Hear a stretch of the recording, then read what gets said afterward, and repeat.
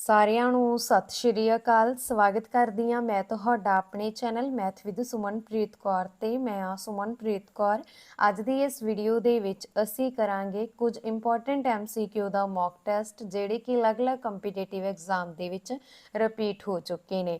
ਹਾਂਜੀ, ਜਿਹੜੇ ਵੀ student Punjab police constable ਦੇ ਐਗਜ਼ਾਮ ਦੀ ਤਿਆਰੀ ਕਰ ਰਹੇ ਨੇ, ਜਿਵੇਂ ਕਿ ਹੁਣ ਤੱਕ ਤੁਹਾਨੂੰ ਪਤਾ ਲੱਗ ਗਿਆ ਹੋਣਾ ਕਿ ਬੋਰਡ ਵੱਲੋਂ ਤੁਹਾਡੇ ਐਗਜ਼ਾਮ ਦੀ ਨੋਟੀਫਿਕੇਸ਼ਨ ਜਾਰੀ ਕਰ ਦਿੱਤੀ ਗਈ ਹੈ। ਪੇਪਰ ਆ ਜੋ ਅਗਸਤ ਦੇ ਪਹਿਲੇ ਹਫਤੇ ਤੋਂ ਸ਼ੁਰੂ ਹੋਣ ਜਾ ਰਿਹਾ ਹੈ, ਯਾਨੀ ਕਿ ਫਸਟ ਵੀਕ ਤੋਂ ਅਗਸਤ ਦੇ ਪੇਪਰ ਤੁਹਾਡੇ ਸ਼ੁਰੂ ਹੋਣ ਜਾ ਰਹੇ ਨੇ ਤੇ ਬੋਰਡ ਦੇ ਵੱਲੋਂ ਆਫੀਸ਼ੀਅਲ ਨੋਟੀਫਿਕੇਸ਼ਨ ਨੂੰ ਦੇਖਦੇ ਹੋਏ ਮੈਂ ਤੁਹਾਡੇ ਲਈ ਇੰਪੋਰਟੈਂਟ MCQ ਦੇ ਮੌਕ ਟੈਸਟ ਸ਼ੁਰੂ ਕਰ ਦਿੱਤੇ ਨੇ। ਤੇ ਤੁਹਾਨੂੰ ਸਾਰਿਆਂ ਨੂੰ ਇਹ ਵੀ ਪਤਾ ਕਿ ਪੰਜਾਬ ਸਰਕਾਰ ਨੇ ਹਰੇਕ ਕੰਪੀਟੀਟਿਵ ਐਗਜ਼ਾਮ ਦੇ ਲਈ ਪੰਜਾਬੀ ਐਲੀਜੀਬਿਲਿਟੀ ਟੈਸਟ ਜ਼ਰੂਰੀ ਕਰ ਦਿੱਤਾ ਤੇ ਇਸ ਕਰਕੇ ਹਰੇਕ ਮੌਕ ਟੈਸਟ ਜਦੋਂ ਵੀ ਤੁਹਾਡਾ ਪੰਜਾਬ ਪੁਲਿਸ ਦਾ ਕੋਈ ਵੀ ਮੌਕ ਟੈਸਟ ਹੋਵੇਗਾ ਤਾਂ ਮੈਂ ਤੁਹਾਡੇ ਲਈ 50 ਨੰਬਰ ਦਾ ਪੰਜਾਬੀ ਐਲੀਜੀਬਿਲਿਟੀ ਦਾ ਮੌਕ ਟੈਸਟ ਵੀ ਤੁਹਾਡੇ ਸਿਲੇਬਸ ਦੇ ਅਕੋਰਡਿੰਗ ਤਿਆਰ ਕਰਕੇ ਤੁਹਾਡੇ ਲਈ ਲੈ ਕੇ ਆਵਾਂਗੀ, ਜਿਸ ਦੇ ਵਿੱਚੋਂ ਜੇਕਰ ਤੁਸੀਂ 25 ਨੰਬਰ ਲੈਣੇ ਹੋ ਫਿਰ ਹੀ ਤੁਸੀਂ ਪੇਪਰ B ਦੇ ਲਈ ਕੁਆਲੀਫਾਈ ਮੰਨੇ ਜਾਓਗੇ। ਠੀਕ ਹੈ, 50 ਨੰਬਰ ਦਾ ਤੁਹਾਡਾ ਪੇਪਰ ਹੋਣਾ ਪੰਜਾਬੀ ਐਲੀਜੀਬਿਲਿਟੀ ਦਾ ਤੇ ਇਹਦੇ ਵਿੱਚੋਂ 25 ਨੰਬਰ ਜਾਨੀ ਕਿ 50% ਨੰਬਰ ਲੈਣਾ ਹਰੇਕ ਸਟੂਡੈਂਟਸ ਦੇ ਲਈ ਕੰਪਲਸਰੀ ਆ। ਜੇਕਰ ਤੁਹਾਡੇ 25 ਤੋਂ ਘੱਟ ਨੰਬਰ ਆਉਂਦੇ ਆ ਤਾਂ ਇਹਦਾ ਮਤਲਬ ਆ ਕਿ ਤੁਹਾਡਾ ਪੇਪਰ B ਚੈੱਕ ਵੀ ਨਹੀਂ ਹੋਵੇਗਾ। ਠੀਕ ਹੈ, ਇਸ ਕਰਕੇ ਪੂਰੇ ਧਿਆਨ ਦੇ ਨਾਲ ਵੀਡੀਓ ਨੂੰ ਦੇਖਣਾ ਤੇ ਐਜ਼ ਅ ਟੈਸਟ ਮੰਨ ਕੇ ਹੀ ਤੁਸੀਂ ਕਲਾਸ ਨੂੰ ਅਟੈਂਪਟ ਕਰਨਾ। ਹਰੇਕ MCQ ਨੂੰ ਤੁਹਾਨੂੰ ਖੁਦ ਸੋਚਣ ਦੇ ਲਈ ਮੈਂ 3 ਸੈਕਿੰਡ ਦਾ ਸਮਾਂ ਦੇਵਾਂਗੀ। ਕੁਐਸਚਨ ਆ ਜਿਹੜੇ ਬਹੁਤ ਇੰਪੋਰਟੈਂਟ ਲਏ ਗਏ ਆ, ਜਿਹੜੇ ਕਿ 2023 ਦੇ ਅਲੱਗ-ਅਲੱਗ ਕੰਪੀਟੀਟਿਵ ਐਗਜ਼ਾਮ ਦੇ ਵਿੱਚ ਰਿਪੀਟ ਹੋ ਚੁੱਕੇ ਨੇ। ਤਾਂ ਜ਼ਿਆਦਾ ਟਾਈਮ ਵੇਸਟ ਨਾ ਕਰਦੇ ਹੋਏ ਅਸੀਂ ਅੱਜ ਦੀ ਇਹ ਵੀਡੀਓ ਸਟਾਰਟ ਕਰਦੇ ਹਾਂ। ਜਿਵੇਂ ਕਿ ਮੈਂ ਤੁਹਾਨੂੰ ਪਹਿਲਾਂ ਵੀ ਦੱਸਿਆ, ਪਹਿਲਾਂ ਅਸੀਂ ਸ਼ੁਰੂ ਕਰਾਂਗੇ ਪੰਜਾਬੀ ਐਲੀਜੀਬਿਲਿਟੀ ਟੈਸਟ। ਹਾਂਜੀ, ਬੋਲੀ ਕਿੰਨੇ ਤਰ੍ਹਾਂ ਦੀ ਹੁੰਦੀ ਹੈ?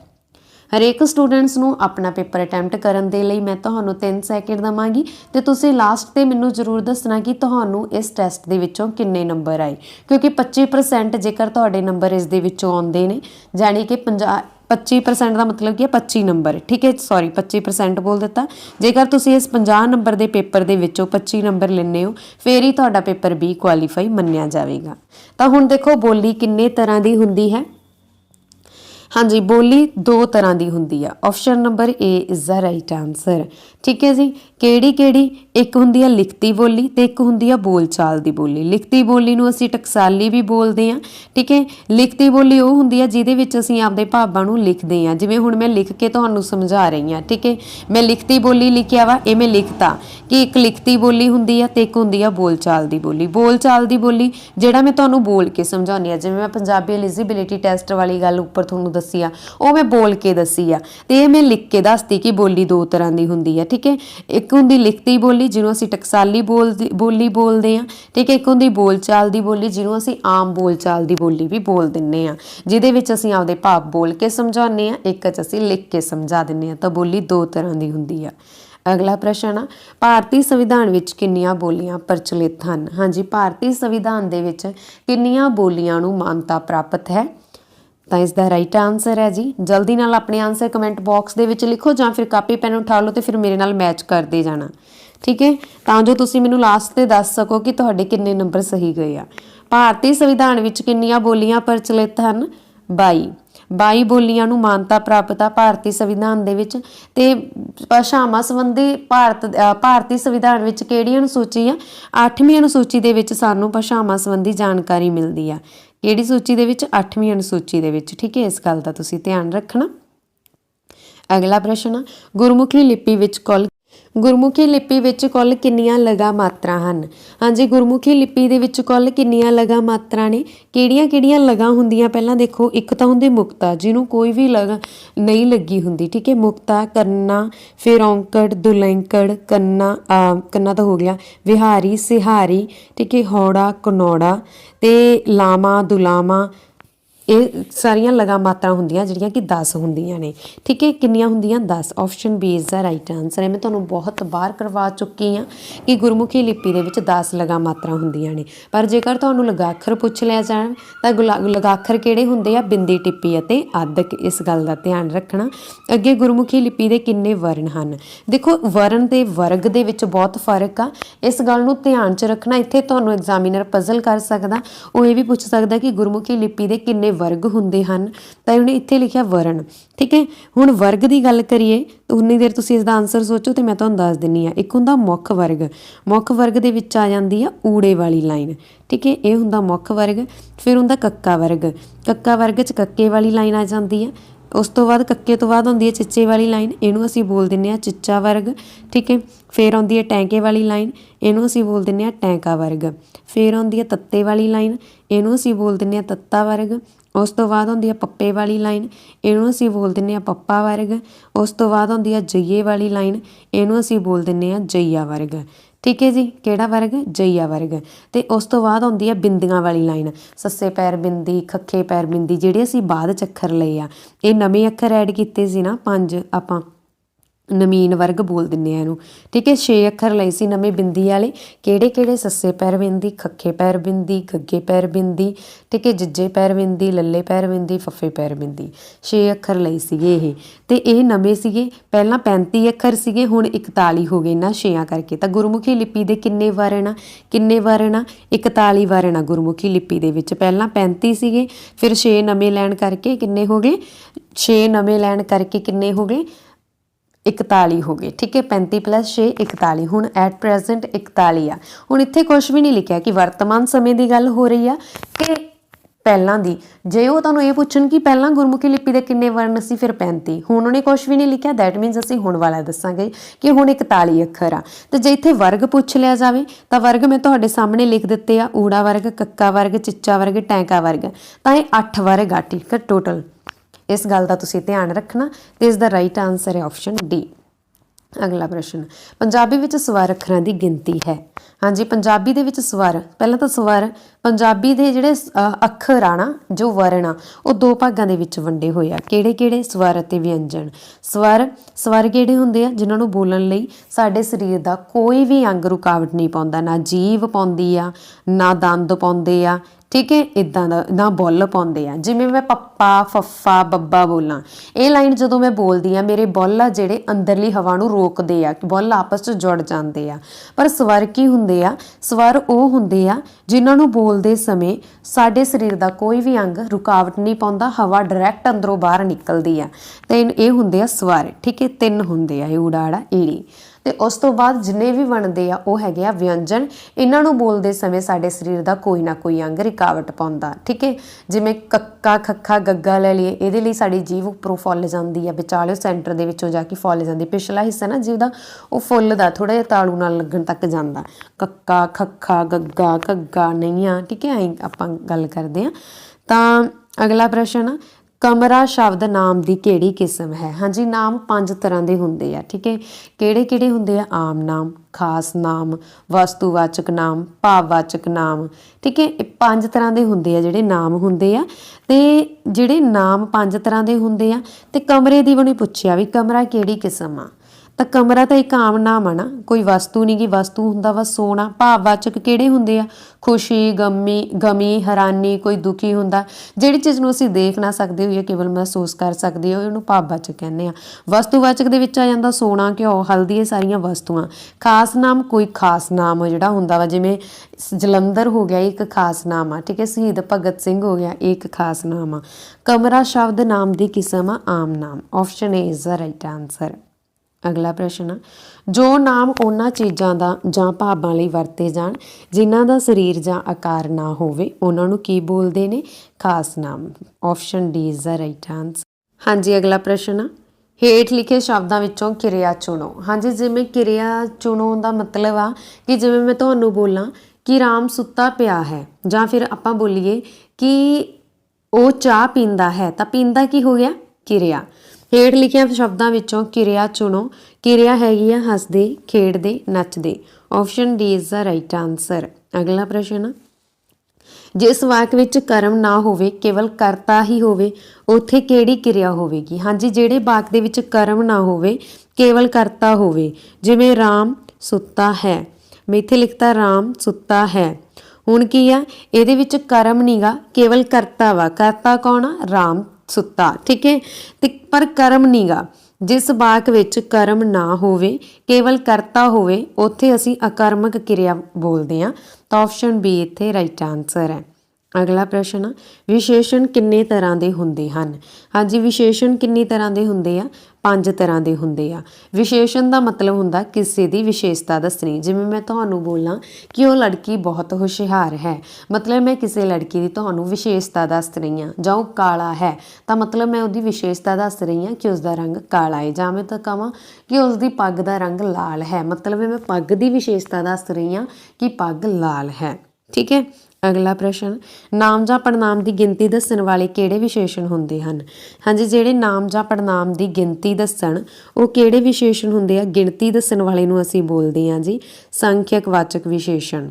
Option number A is the right answer. ਠੀਕ ਹੈ। ਨਾਮ ਜਾਂ ਪੜਨਾਮ ਦੀ ਗਿਣਤੀ ਦੱਸਣ ਵਾਲੇ ਵਿਸ਼ੇਸ਼ਣ ਨੂੰ ਅਸੀਂ ਬੋਲਦੇ ਹਾਂ ਸੰਖਿਆ ਵਾਚਕ ਵਿਸ਼ੇਸ਼ਣ। ਅਗਲਾ ਪ੍ਰਸ਼ਨ ਆ, ਸੰਬੰਧਕ ਕਿੰਨੇ ਤਰ੍ਹਾਂ ਦੇ ਹੁੰਦੇ ਹਨ? ਹਾਂਜੀ, ਸੰਬੰਧਕ 3 ਤਰ੍ਹਾਂ ਦੇ ਹੁੰਦੇ ਆ। Option B is the right answer. ਅਗਲਾ ਪ੍ਰਸ਼ਨ ਆ, ਜਿਹੜੇ ਸੰਬੰਧਕੀ ਸ਼ਬਦ ਆਪਣਾ ਰੂਪ ਬਦਲ ਲੈਣ ਉਹਨਾਂ ਨੂੰ ਕੀ ਕਿਹਾ ਜਾਂਦਾ ਹੈ?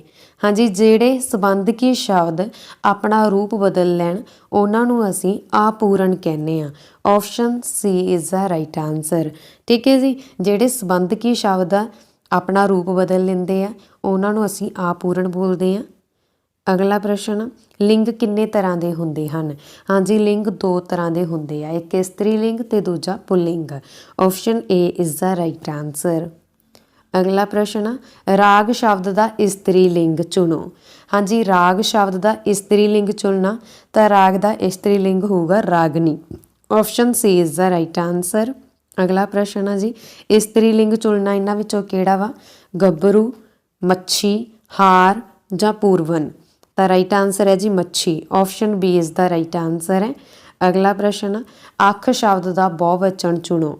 ਹਾਂਜੀ, ਅੱਖ ਸ਼ਬਦ ਦਾ ਬਹੁਵਚਨ ਚੁਣੋ। ਬਹੁਵਚਨ ਦਾ ਮਤਲਬ ਹੁੰਦਾ ਜਿਵੇਂ ਮੈਂ ਬੋਲਾਂ ਕਿ ਅੱਜ ਮੇਰੀ ਅੱਖ ਦੁਖ ਰਹੀ ਆ ਤੇ ਇਹਦਾ ਮਤਲਬ ਕੀ ਆ ਕਿ ਮੇਰੀ ਇਕੱਲੀ ਅੱਖ ਦੁਖ ਰਹੀ ਆ। ਅੱਖ ਸ਼ਬਦ ਦਾ ਬਹੁਵਚਨ ਕੀ ਹੋਊਗਾ? ਅੱਖਾਂ, ਕਿ ਅੱਜ ਮੇਰੀਆਂ ਅੱਖਾਂ ਦੁਖ ਰਹੀਆਂ ਨੇ, ਮਤਲਬ ਦੋਵੇਂ ਹੀ ਦੁਖ ਰਹੀਆਂ ਨੇ। Option A is the right answer ਹੈ। ਇਹਦਾ ਮਤਲਬ ਹੋਗਾ ਬਹੁਵਚਨ, ਜਦੋਂ ਇੱਕ ਤੋਂ ਜ਼ਿਆਦਾ ਦੀ ਗੱਲ ਹੋਗੀ। ਤਾਂ ਅਗਲਾ ਪ੍ਰਸ਼ਨ ਆ, ਇੱਕ ਤੋਂ ਵੱਧ ਵਸਤੂਆਂ, ਸਥਾਨਾਂ ਜਾਂ ਵਿਅਕਤੀਆਂ ਬਾਰੇ ਵਰਤੇ ਜਾਂਦੇ ਸ਼ਬਦਾਂ ਨੂੰ ਕੀ ਕਿਹਾ ਜਾਂਦਾ ਹੈ?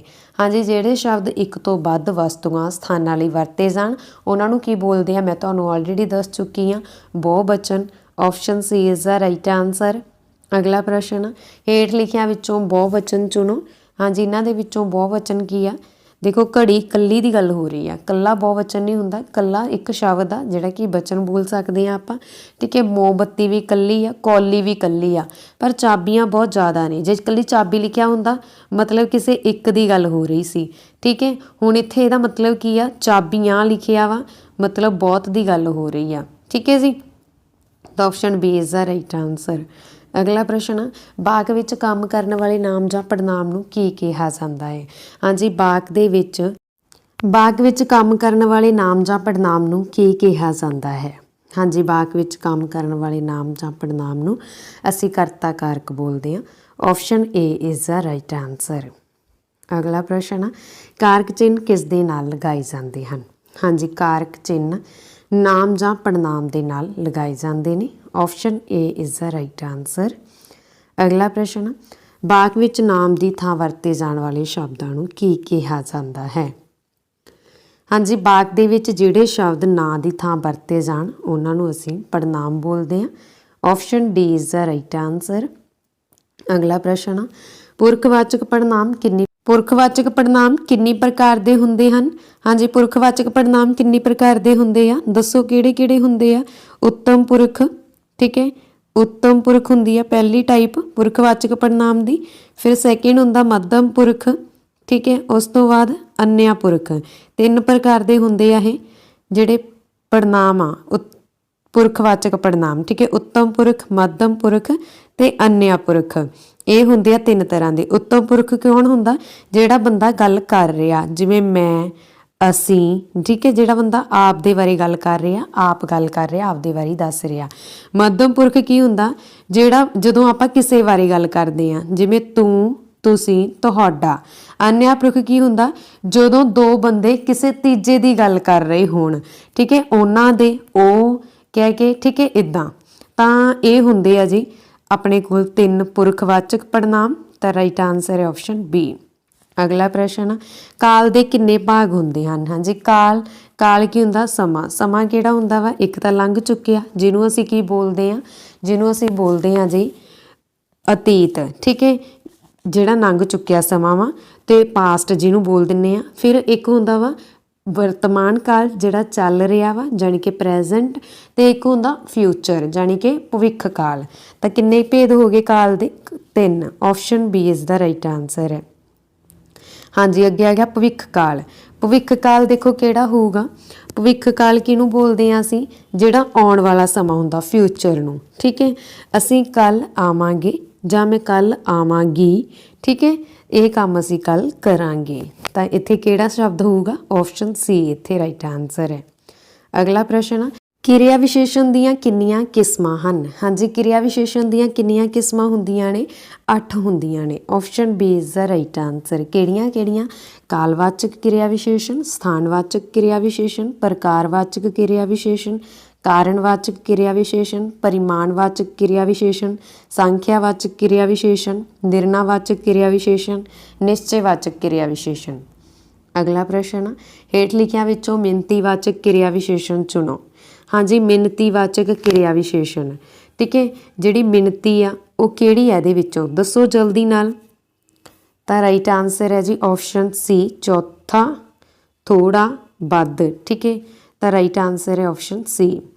ਅਗਲਾ ਪ੍ਰਸ਼ਨ, ਉਹ ਗਰੀਬ ਹੈ ਫਿਰ ਵੀ ਖੁੱਲਾ ਦਿਲ ਵਾਲਾ ਹੈ। ਵਾਕ ਵਿੱਚ ਯੋਜਕ ਸ਼ਬਦ ਕਿਹੜਾ ਹੈ? ਹਾਂਜੀ, ਯੋਜਕ ਕੀ ਹੁੰਦਾ? ਜਿਹੜਾ 2 ਸ਼ਬਦਾਂ ਦੇ ਵਿਚਕਾਰ ਸੰਬੰਧ ਬਣਾ ਦੇਵੇ। ਦੇਖੋ ਇੱਥੇ ਕੀ ਆ ਕਿ ਉਹ ਗਰੀਬ ਹੈ ਫਿਰ ਵੀ ਖੁੱਲੇ ਦਿਲ ਵਾਲਾ ਹੈ। ਫਿਰ ਵੀ ਹੈ ਜਿਹੜਾ ਇਹਨੇ 2 ਵਾਕਾਂ ਦੇ ਵਿਚਕਾਰ ਸੰਬੰਧ ਬਣਾਤਾ ਕਿ ਉਹ ਗਰੀਬ ਆ ਪਰ ਫਿਰ ਵੀ ਖੁੱਲੇ ਦਿਲ ਵਾਲਾ। ਇੱਥੋਂ ਸਾਨੂੰ ਫਿਰ ਵੀ ਤੋਂ ਪਤਾ ਲੱਗ ਗਿਆ ਕਿ ਇੱਕੋ ਬੰਦੇ ਦੀ ਗੱਲ ਹੋ ਰਹੀ ਆ ਤੇ ਇੱਕ ਵਾਕ ਦੇ ਵਿੱਚ 2 ਵਾਕਾਂ ਤੋਂ ਇਹਨੇ ਇੱਕ ਬਣਾਤਾ ਫਿਰ ਵੀ ਨੇ। ਠੀਕ ਹੈ, ਤਾਂ ਆਪਸ਼ਨ ਸੀ ਇੱਥੇ ਰਾਈਟ ਆਨਸਰ ਹੈ। ਠੀਕ ਹੈ ਜੀ। ਅਗਲਾ ਪ੍ਰਸ਼ਨ, ਬੁਰਾ। ਹਾਂਜੀ, ਬੁਰੇ ਸ਼ਬਦ ਦਾ ਤੁਸੀਂ ਲਿਖਣਾ ਹੈ ਵਿਰੋਧੀ ਸ਼ਬਦ। ਬੁਰੇ ਦਾ ਵਿਰੋਧੀ ਸ਼ਬਦ ਕੀ ਹੋਊਗਾ? ਬੁਰੇ ਦਾ ਆਪੋਜ਼ਿਟ ਹੁੰਦਾ ਭਲਾ। Option D is the right answer. ਅਗਲਾ ਪ੍ਰਸ਼ਨ ਆ ਵੈਰੀ। ਹਾਂਜੀ, ਵੈਰੀ ਦਾ ਵਿਰੋਧੀ ਸ਼ਬਦ ਕੀ ਹੋਊਗਾ? ਵੈਰੀ ਦੁਸ਼ਮਣ ਹੁੰਦਾ ਵਾ। ਠੀਕ ਹੈ, ਤਾਂ ਇਹਦਾ ਵਿਰੋਧੀ ਸ਼ਬਦ ਕੀ ਹੋਊਗਾ? ਮਿੱਤਰ। Option A is the right answer. ਅਗਲਾ ਪ੍ਰਸ਼ਨ ਆ ਹਾਂਜੀ ਲੋਕ ਦਾ ਤੁਸੀਂ ਲਿਖਣਾ ਵਾ। ਪਹਿਲਾਂ ਅਸੀਂ ਵਿਰੋਧੀ ਸ਼ਬਦ ਕੀਤੇ ਆ, ਹੁਣ ਅਸੀਂ ਕੀ ਕਰਨੇ ਆ? ਵਿਰੋਧੀ ਸ਼ਬਦ ਹੀ ਕਰ ਰਹੇ ਆ, ਪਰ ਲੋਕ ਦਾ ਵਿਰੋਧੀ ਸ਼ਬਦ ਕੀ ਹੋਊਗਾ? ਪਰਲੋਕ। Option D is the right answer. ਅਗਲਾ ਪ੍ਰਸ਼ਨ ਆ ਸੇਕਣਾ।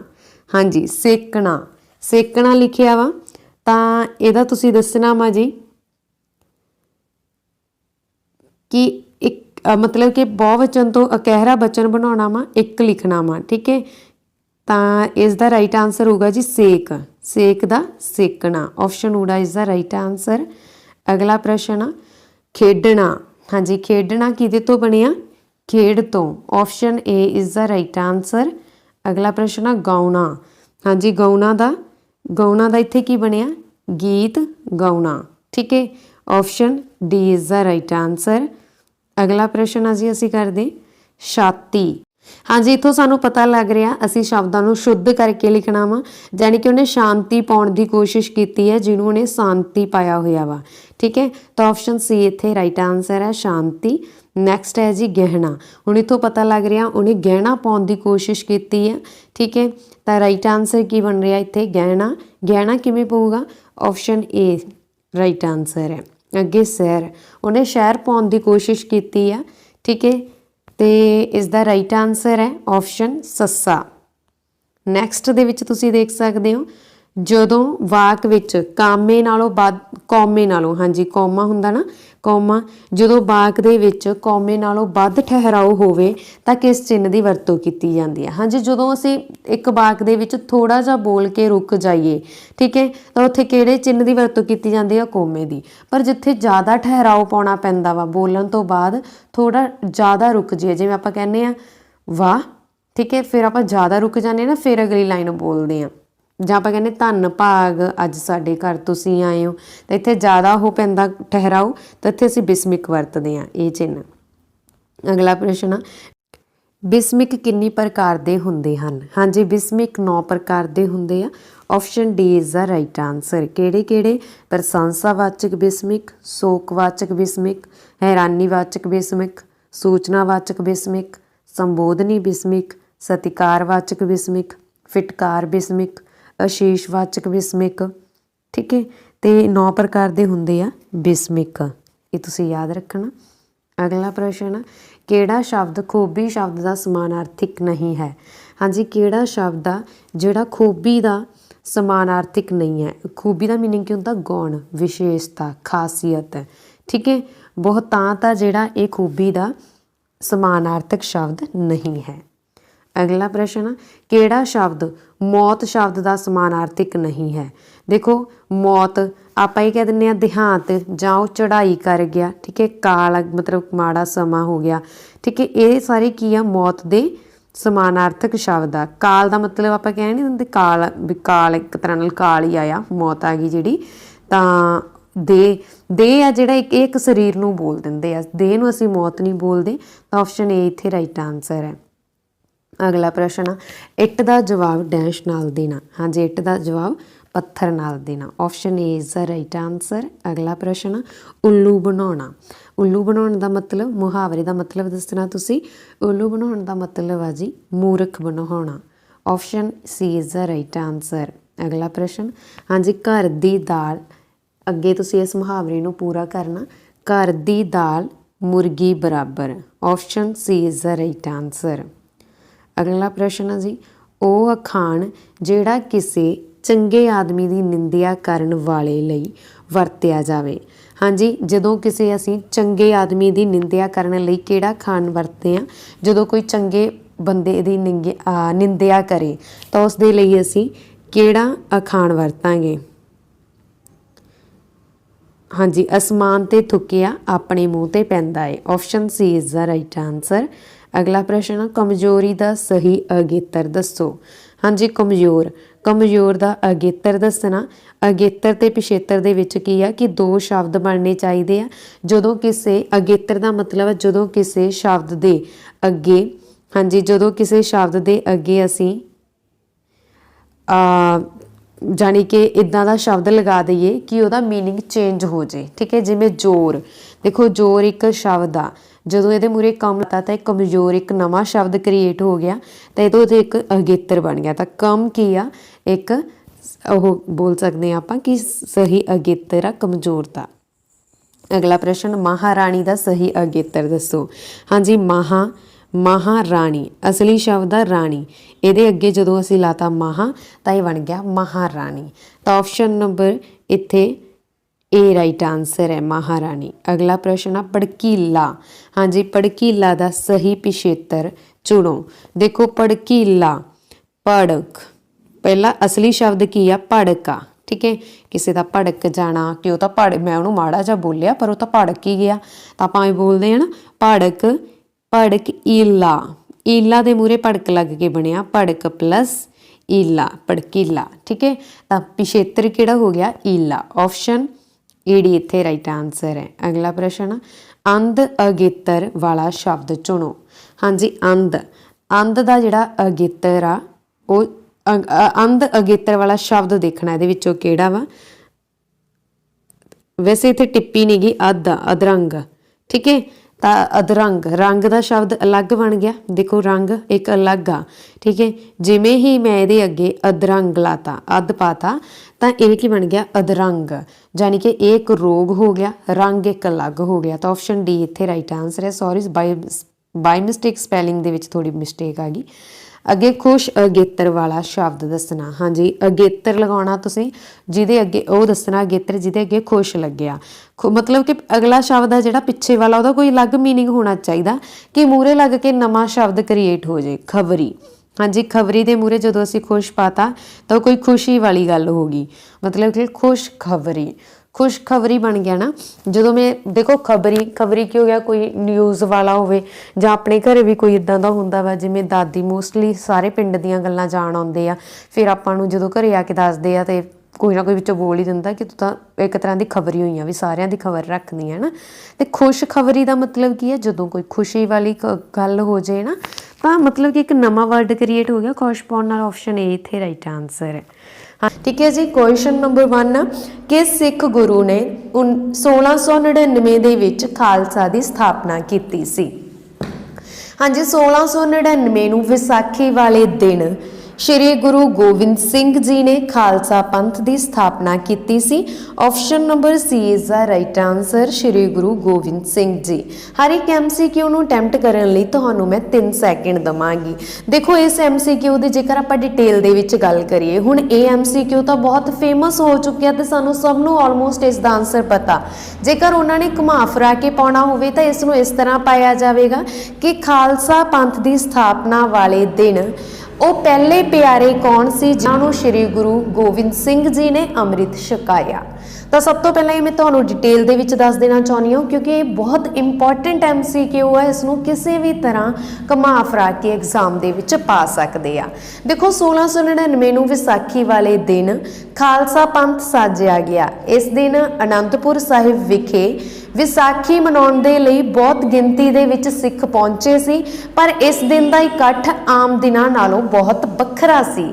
ਕਿਉਂ? ਕਿਉਂਕਿ ਇਸ ਸਾਲ ਗੁਰੂ ਜੀ ਨੇ ਸੰਗਤ ਨੂੰ ਆਪ ਸੁਨੇਹਾ ਲਗਾਇਆ ਸੀ ਕਿ ਜਿੰਨੇ ਵੀ ਸਿੱਖ ਇਸ ਮੇਲੇ ਦੇ ਵਿੱਚ ਹਾਜ਼ਰ ਹੋ ਸਕਦੇ ਆ ਉਹ ਜ਼ਰੂਰ ਹੋਣ।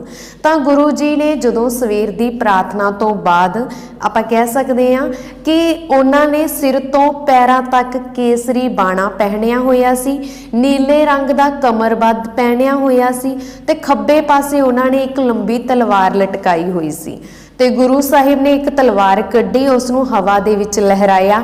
ਫਿਰ ਉਸ ਭਾਰੀ ਇਕੱਠ ਦੇ ਵਿੱਚ ਉਹਨਾਂ ਨੇ 5 ਸਿਰਾਂ ਦੀ ਮੰਗ ਕੀਤੀ ਸੀ ਤੇ ਉਹਨਾਂ ਨੇ ਸ਼ਹਾਦਤ ਦੇ ਲਈ ਜਿਹੜੇ 5 ਸਿਰ ਮੰਗੇ ਸੀ ਤਾਂ ਸਭ ਤੋਂ ਪਹਿਲਾਂ ਬਿਨਾਂ ਸੰਕੋਚ ਤੋਂ ਖੱਤਰੀ ਸਿੱਖ ਸੀ ਇੱਕ ਭਾਈ ਦਇਆ ਰਾਮ, ਉਹਨਾਂ ਨੇ ਆਪਣੇ ਆਪ ਨੂੰ ਸ਼ਹਾਦਤ ਦੇਣ ਲਈ ਪੇਸ਼ ਕਰ ਦਿੱਤਾ ਸੀ। ਤਾਂ ਗੁਰੂ ਜੀ ਨੇ ਉਹਨਾਂ ਨੂੰ ਬਾਹੋਂ ਫੜਿਆ, ਇੱਕ ਤੰਬੂ ਦੇ ਵਿੱਚ ਲੈ ਗਏ। ਮਗਰੋਂ ਸੰਗਤ ਨੇ ਤਲਵਾਰ ਨਾਲ ਕੁਝ ਚੀਰਨ ਦੀ ਆਵਾਜ਼ ਵੀ ਸੁਣੀ ਤੇ ਉਸ ਤੋਂ ਬਾਅਦ ਗੁਰੂ ਜੀ ਫਿਰ ਬਾਹਰ ਆਏ। ਫਿਰ ਉਹਨਾਂ ਨੇ ਕਿਹਾ ਕਿ ਉਹਨਾਂ ਨੂੰ 4 ਸਿਰਾਂ ਦੀ ਹੋਰ ਮੰਗ ਆ। ਉਹਨਾਂ ਦੀ ਤਲਵਾਰ ਦੇ ਜਿਹੜੇ ਖੂਨ ਦੇ ਛਿੱਟੇ ਵੀ ਲੱਗੇ ਹੋਏ ਸੀ ਤਾਜ਼ੇ, ਤੇ ਜਦੋਂ 4 ਸਿਰਾਂ ਦੀ ਉਹਨਾਂ ਨੇ ਮੰਗ ਕੀਤੀ ਤਾਂ ਦਿੱਲੀ ਤੋਂ ਇੱਕ ਜੱਟ ਧਰਮਦਾਸ, ਦਵਾਰਕਾ ਤੋਂ ਛਪਾਈ ਰੰਗਾਈ ਦਾ ਕੰਮ ਕਰਨ ਵਾਲੇ ਮੌਕਮ ਦਾਸ ਤੇ ਜਗਨਨਾਥ ਤੋਂ ਇੱਕ ਮਸਕੀ ਹਿੰਮਤ ਸਿੰਘ ਅਤੇ ਬਿੱਦਰ ਤੋਂ ਇੱਕ ਨਾਈ ਸੀ ਸਾਹਿਬ ਚੰਦ, ਇਹ ਖੜੇ ਹੋ ਗਏ ਸੀ। ਠੀਕ ਹੈ, ਤਾਂ ਹੁਣ ਤੁਸੀਂ ਯਾਦ ਰੱਖਣਾ ਕਿ ਗੁਰੂ ਜੀ ਨੇ ਫਿਰ ਕੀ ਕੀਤਾ ਸੀ ਕਿ ਇਹਨਾਂ 5 ਪਿਆਰਿਆਂ ਨੂੰ, 5 ਸਿੰਘਾਂ ਨੂੰ ਆਪਣੇ ਇਕੱਠ ਦੇ ਸਾਹਮਣੇ ਇਹਨਾਂ ਨੂੰ ਲੈ ਕੇ ਪ੍ਰਗਟ ਹੋਏ ਤੇ ਇਹਨਾਂ 5 ਸਿੰਘਾਂ ਨੇ ਵੀ ਆਪਣੇ ਕੇਸਰੀ ਬਾਣੇ ਪਹਿਨੇ ਹੋਏ ਸੀਗੇ, ਨੀਲੀ ਦਸਤਾਰ ਅਤੇ ਕਮਰ ਪੱਟੀ ਪਹਿਨੀ ਹੋਈ ਸੀ। ਫਿਰ ਗੁਰੂ ਜੀ ਨੇ ਬਾਣੀ ਪੜ੍ਹਦੇ ਹੋਏ ਖੰਡੇ ਨਾਲ ਹਿਲਾ ਕੇ ਉਹਨਾਂ ਨੂੰ ਸਿੱਖਾਂ ਨੂੰ ਅੰਮ੍ਰਿਤ ਛਕਾਇਆ। ਗੁਰੂ ਸਾਹਿਬ ਨੇ ਇਹਨਾਂ 5 ਪਿਆਰਿਆਂ ਨੂੰ ਖਾਲਸਾ ਘੋਸ਼ਿਤ ਕੀਤਾ ਤੇ ਹਰ ਸਿੱਖ ਜਿਸ ਦੇ ਜਿਹੜਾ ਸਿੱਖ ਨਾਰਾ ਉਸ ਦੇ ਪਿੱਛੇ ਸਿੰਘ ਲਗਾਇਆ ਅਤੇ ਹਰ ਮਤਲਬ ਕਹਿ ਸਕਦੇ ਔਰਤ ਦੇ ਨਾਮ ਦੇ ਮਗਰ ਕੌਰ ਲਗਾਉਣ ਦੀ ਘੋਸ਼ਣਾ ਕੀਤੀ ਸੀ ਤੇ 5 ਕਰਾਰ, ਕੇਸ, ਕੰਗਾ, ਕੜਾ, ਕਸ਼ਹਿਰਾ ਅਤੇ ਕਿਰਪਾਨ ਧਾਰਨ ਕਰਨ ਦਾ ਹੁਕਮ ਦਿੱਤਾ ਸੀ। ਗੁਰੂ ਜੀ ਨੇ ਪਹਿਲਾਂ ਉਹਨਾਂ ਨੂੰ ਅੰਮ੍ਰਿਤ ਛਕਾਇਆ ਅਤੇ ਫਿਰ ਉਹਨਾਂ ਤੋਂ ਆਪ ਅੰਮ੍ਰਿਤ ਛਕਿਆ ਅਤੇ ਆਪਣਾ ਨਾਮ ਸ਼੍ਰੀ ਗੁਰੂ ਗੋਬਿੰਦ ਸਿੰਘ ਜੀ ਰੱਖ ਲਿਆ ਸੀ।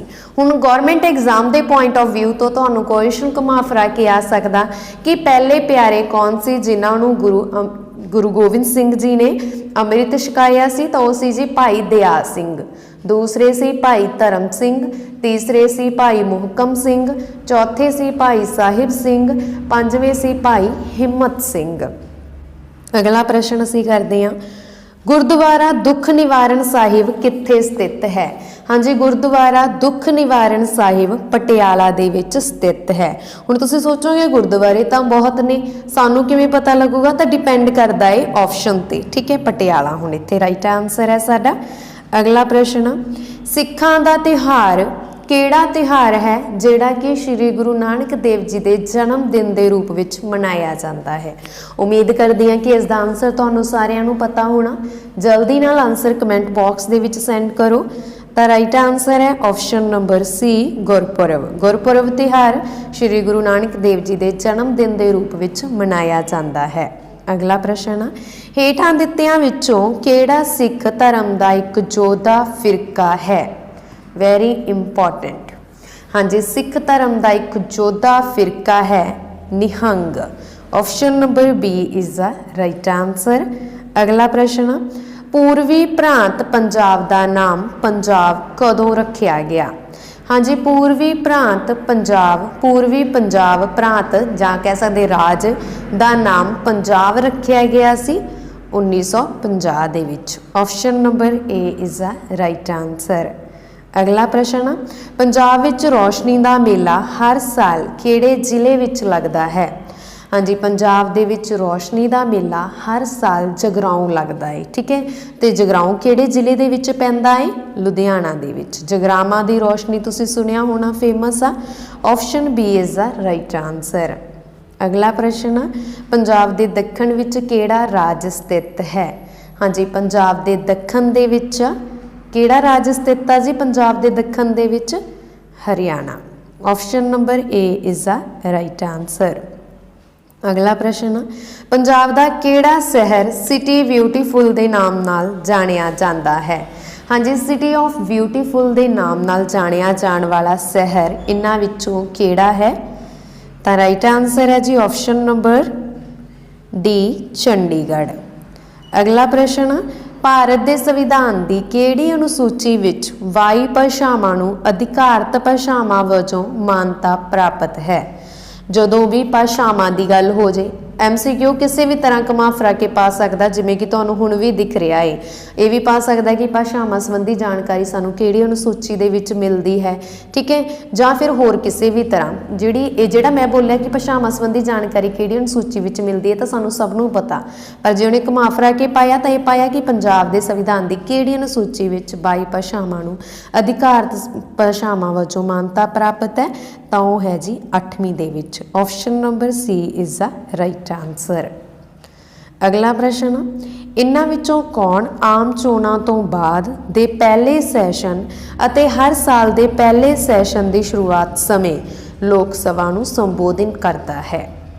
हाँ जी, देखो आम चोणां तो बाद हो गया, जां फिर आम चोणां दे पहले सैशन दे विच लोक सभा नूं संबोधित करता है, जां हर साल पहले सैशन की शुरुआत दे विच लोक सभा नूं संबोधित करता है भारत का राष्ट्रपति? Option number A is the right answer. तो एट प्रेजेंट साडे भारत के राष्ट्रपति कौन ने, ये तुसीं कमेंट बॉक्स दे विच लिखोगे। अगला प्रश्न, दिल्ली कोल एक राज दियां सारियां विधानक शक्तियां हन सिवाय एक दे? हाँ जी, दिल्ली दे कोल एक राज दियां सारियां ही विधानक शक्तियां हन सिवाय किस दे बिना सारियां शक्तियां ने? तां पुलिस अते भूमि तो इलावा दिल्ली दे कोल सारियां ही विधानक शक्तियां ने। Option number A is the right answer. अगला प्रश्न है जी, भारत के संविधान की किहड़ी अनुच्छेद राष्ट्रपति नूं सुप्रीम कोर्ट की राय लैण लई अधिकारित करती है? देखो वैसे तो राष्ट्रपति है जिहड़ा वो भारत का पहला नागरिक हुंदा, उहदा मन्निया गया हरेक लिया गया फैसला हरेक दे लई अहम हुंदा। पर भारत के संविधान की अनुसूची भारत के संविधान का आर्टिकल 143 ये कहता है कि भारतीय संविधान का जिहड़ा भारत का जिहड़ा राष्ट्रपति आ वो सुप्रीम कोर्ट की राय लै सकता है। ठीक है, option number C is the right answer कि जेकर उन्होंने किसी भी काम दे विच डाउट होवे जां कोई वो किसी की राय लेना चाहता है तो भारत का जिहड़ा राष्ट्रपति है सुप्रीम कोर्ट की राय ले सकता है। ठीक है, option C is the right answer है। अगला प्रश्न, भारत के संविधान का किहड़ा विधान स्वै दोष लगाउण तो सुतंत्रता दिंदा है? हाँ जी, स्वै दोष का मतलब की है, जिन्हें आप अपराध किया होवे अपना जिहड़ा गुनाह वा वो मनना होवे तां भारत के संविधान का किहड़ा विधान आ जिहड़ा स्वै दोष लगाउण तो सुतंत्रता दिंदा है? तां आर्टिकल 20 दे विच, जिवें कि तुहानूं पता है आर्टिकल जिहड़े 12 तो 35 आ ये मौलिक अधिकारां नाल संबंधित आ। ठीक है, तो जिहड़ा आर्टिकल 20 है सवे दोष लगाउण तो सुतंत्रता दिंदा है अपने विरोध गवाह। ठीक है, हाँ जी, अगला प्रश्न, मौलिक अधिकारां नाल संबंधित भारतीय संविधान की अनुच्छेद 22 नागरिकां नूं की प्रदान करदी है? जिवें कि मैं तुहानूं दस्सिआ जिहड़े मौलिक अधिकार आ, ठीक है, भाग 3 दे विच दर्ज आ ਤੇ ਇਹਨਾਂ ਦੀ ਜਿਹੜੀ ਆਰਟੀਕਲ 22 ਆ ਉਹ ਕੀ ਪ੍ਰਦਾਨ ਕਰਦੀ ਆ ਨਾਗਰਿਕਾਂ ਨੂੰ ਇਹਨਾਂ ਵਿੱਚੋਂ। ਤਾਂ ਜਿਹੜਾ ਆਰਟੀਕਲ 22 ਆ ਉਹ ਕੁਝ ਸਥਿਤੀਆਂ ਦੇ ਵਿੱਚ ਗ੍ਰਿਫਤਾਰੀ ਅਤੇ ਨਜ਼ਰਬੰਦੀ ਵਿਰੋਧ ਸੁਰੱਖਿਆ ਪ੍ਰਦਾਨ ਕਰਦੀ ਆ ਨਾਗਰਿਕਾਂ ਨੂੰ। ਕੁਝ ਸਥਿਤੀਆਂ ਦੇ ਵਿੱਚ ਗ੍ਰਿਫਤਾਰੀ ਅਤੇ ਨਜ਼ਰਬੰਦੀ ਦੇ ਵਿਰੋਧ ਜਿਹੜੀ ਜਾਣਕਾਰੀ ਆ ਉਹ ਸਾਨੂੰ ਆਰਟੀਕਲ 22 ਦੇ ਵਿੱਚ ਮਿਲਦੀ ਆ। ਠੀਕ ਹੈ ਜੀ, option number B is the right answer ਹੈ। ਅਗਲਾ ਪ੍ਰਸ਼ਨ, ਸਭ ਤੋਂ ਪ੍ਰਾਚੀਨ ਵੇਦ ਕਿਹੜਾ ਹੈ? ਹਾਂਜੀ, ਆਰੀਆ ਦਾ ਲਾ ਲਓ ਜਾਂ ਵੈਸੇ ਲਗਾ ਲਓ ਕਿ ਸਭ ਤੋਂ ਪ੍ਰਾਚੀਨ ਵੇਦ ਕਿਹੜਾ ਹੈ। ਤਾਂ ਸਭ ਤੋਂ ਜੋ ਪ੍ਰਾਚੀਨ ਵੇਦ ਆ ਜੀ ਸਾਡਾ ਉਹ ਹੈਗਾ ਵਾ ਕਿਹੜਾ ਵੇਦ ਆ? ਜਲਦੀ ਨਾਲ ਕਮੈਂਟ ਬਾਕਸ ਦੇ ਵਿੱਚ ਲਿਖੋ, ਕਿਉਂਕਿ ਉਮੀਦ ਕਰਦੀ ਹਾਂ ਕਿ ਇਸ ਦਾ ਆਨਸਰ ਤੁਹਾਨੂੰ ਸਭ ਨੂੰ ਪਤਾ ਹੋਵੇਗਾ। ਤੇ ਜਿਹੜੇ ਵੀ ਸਟੂਡੈਂਟਸ, ਮੈਂ ਤੁਹਾਨੂੰ ਜ਼ਰੂਰ ਕਹਿਣਾ ਚਾਹਾਂਗੀ ਕਿ ਜੇਕਰ ਤੁਹਾਨੂੰ ਇੱਥੇ ਤੱਕ ਵੀਡੀਓ ਪਸੰਦ ਆਈ ਆ ਤਾਂ ਪਲੀਜ਼ ਵੀਡੀਓ ਦਾ ਲਿੰਕ ਜਿੰਨਾ ਹੋ ਸਕੇ ਵੱਧ ਤੋਂ ਵੱਧ ਸ਼ੇਅਰ ਕਰ ਦਿੱਤਾ ਜਾਵੇ। ਤੇ ਆਪਣਾ ਜੋ ਇਹ ਆਨਸਰ ਹੈ ਇਸ ਤੋਂ ਮੈਂ ਸਭ ਤੋਂ ਹੀ ਉਮੀਦ ਕਰਦੀ ਹਾਂ ਕਿ ਸਭ ਨੂੰ ਇਸ ਦਾ ਆਨਸਰ ਪਤਾ ਹੋਵੇਗਾ, ਕਿਉਂਕਿ ਬਹੁਤ ਇੰਪੋਰਟੈਂਟ ਹੈ ਤੁਹਾਡੇ ਲਈ। ਤੇ ਅਸੀਂ ਪੜ੍ਹਦੇ ਵੀ ਆਏ ਹਾਂ ਹਰੇਕ ਕਲਾਸ ਦੇ ਵਿੱਚ ਹੀ ਆ ਸਾਨੂੰ SST ਦੇ ਵਿੱਚ। ਦੇਖੋ ਜਿਹੜਾ ਰਿਗਵੇਦ ਆ ਇਹ ਸਾਡਾ ਸਭ ਤੋਂ ਪ੍ਰਾਚੀਨ ਵੇਦ ਆ। ਠੀਕ ਹੈ ਜੀ, ਆਪਸ਼ਨ ਨੰਬਰ ਇੱਥੇ ਰਾਈਟ ਆਨਸਰ ਹੈ ਸਾਡਾ ਏ, ਰਿਗਵੇਦ। ਠੀਕ ਹੈ, ਜੇਕਰ ਆਪਾਂ ਵੇਦਾਂ ਦੀ ਗੱਲ ਕਰੀਏ ਤਾਂ ਮੈਂ ਤੁਹਾਨੂੰ ਜਦੋਂ ਆਪਾਂ ਇੱਕ ਹਿਸਟਰੀ ਦੀ ਸੀਰੀਜ਼ ਸ਼ੁਰੂ ਕੀਤੀ ਸੀ ਉਸ ਦੇ ਵਿੱਚ ਬਹੁਤ ਹੀ ਜ਼ਿਆਦਾ ਡਿਟੇਲ ਦੇ ਵਿੱਚ ਕਰਵਾਇਆ ਸੀ ਕਿ ਕਿਹੜਾ ਵੇਦ ਕਿਸ ਦੇ ਨਾਲ ਸੰਬੰਧਿਤ ਆ, ਕਿਉਂਕਿ ਇਹ ਅਕਸਰ ਪੁੱਛ ਲਿਆ ਜਾਂਦਾ ਹੈ ਵੇਦਾਂ ਦੇ ਬਾਰੇ, ਤਾਂ ਇਹ ਸਾਨੂੰ ਪਤਾ ਹੋਣਾ ਜ਼ਰੂਰੀ ਵੀ ਆ। ਤੇ ਇੱਕ ਤਰ੍ਹਾਂ ਨਾਲ ਜੇਕਰ ਆਪਾਂ ਕਹੀਏ ਕਿ ਰਿਗਵੇਦ ਦੀ ਜੇਕਰ ਆਪਾਂ ਗੱਲ ਕਰੀਏ, ਚਲੋ ਸਭ ਤੋਂ ਪਹਿਲਾਂ ਆਪਾਂ ਗੱਲ ਕਰਦੇ ਹਾਂ ਰਿਗਵੇਦ ਦੀ ਹੋਈ।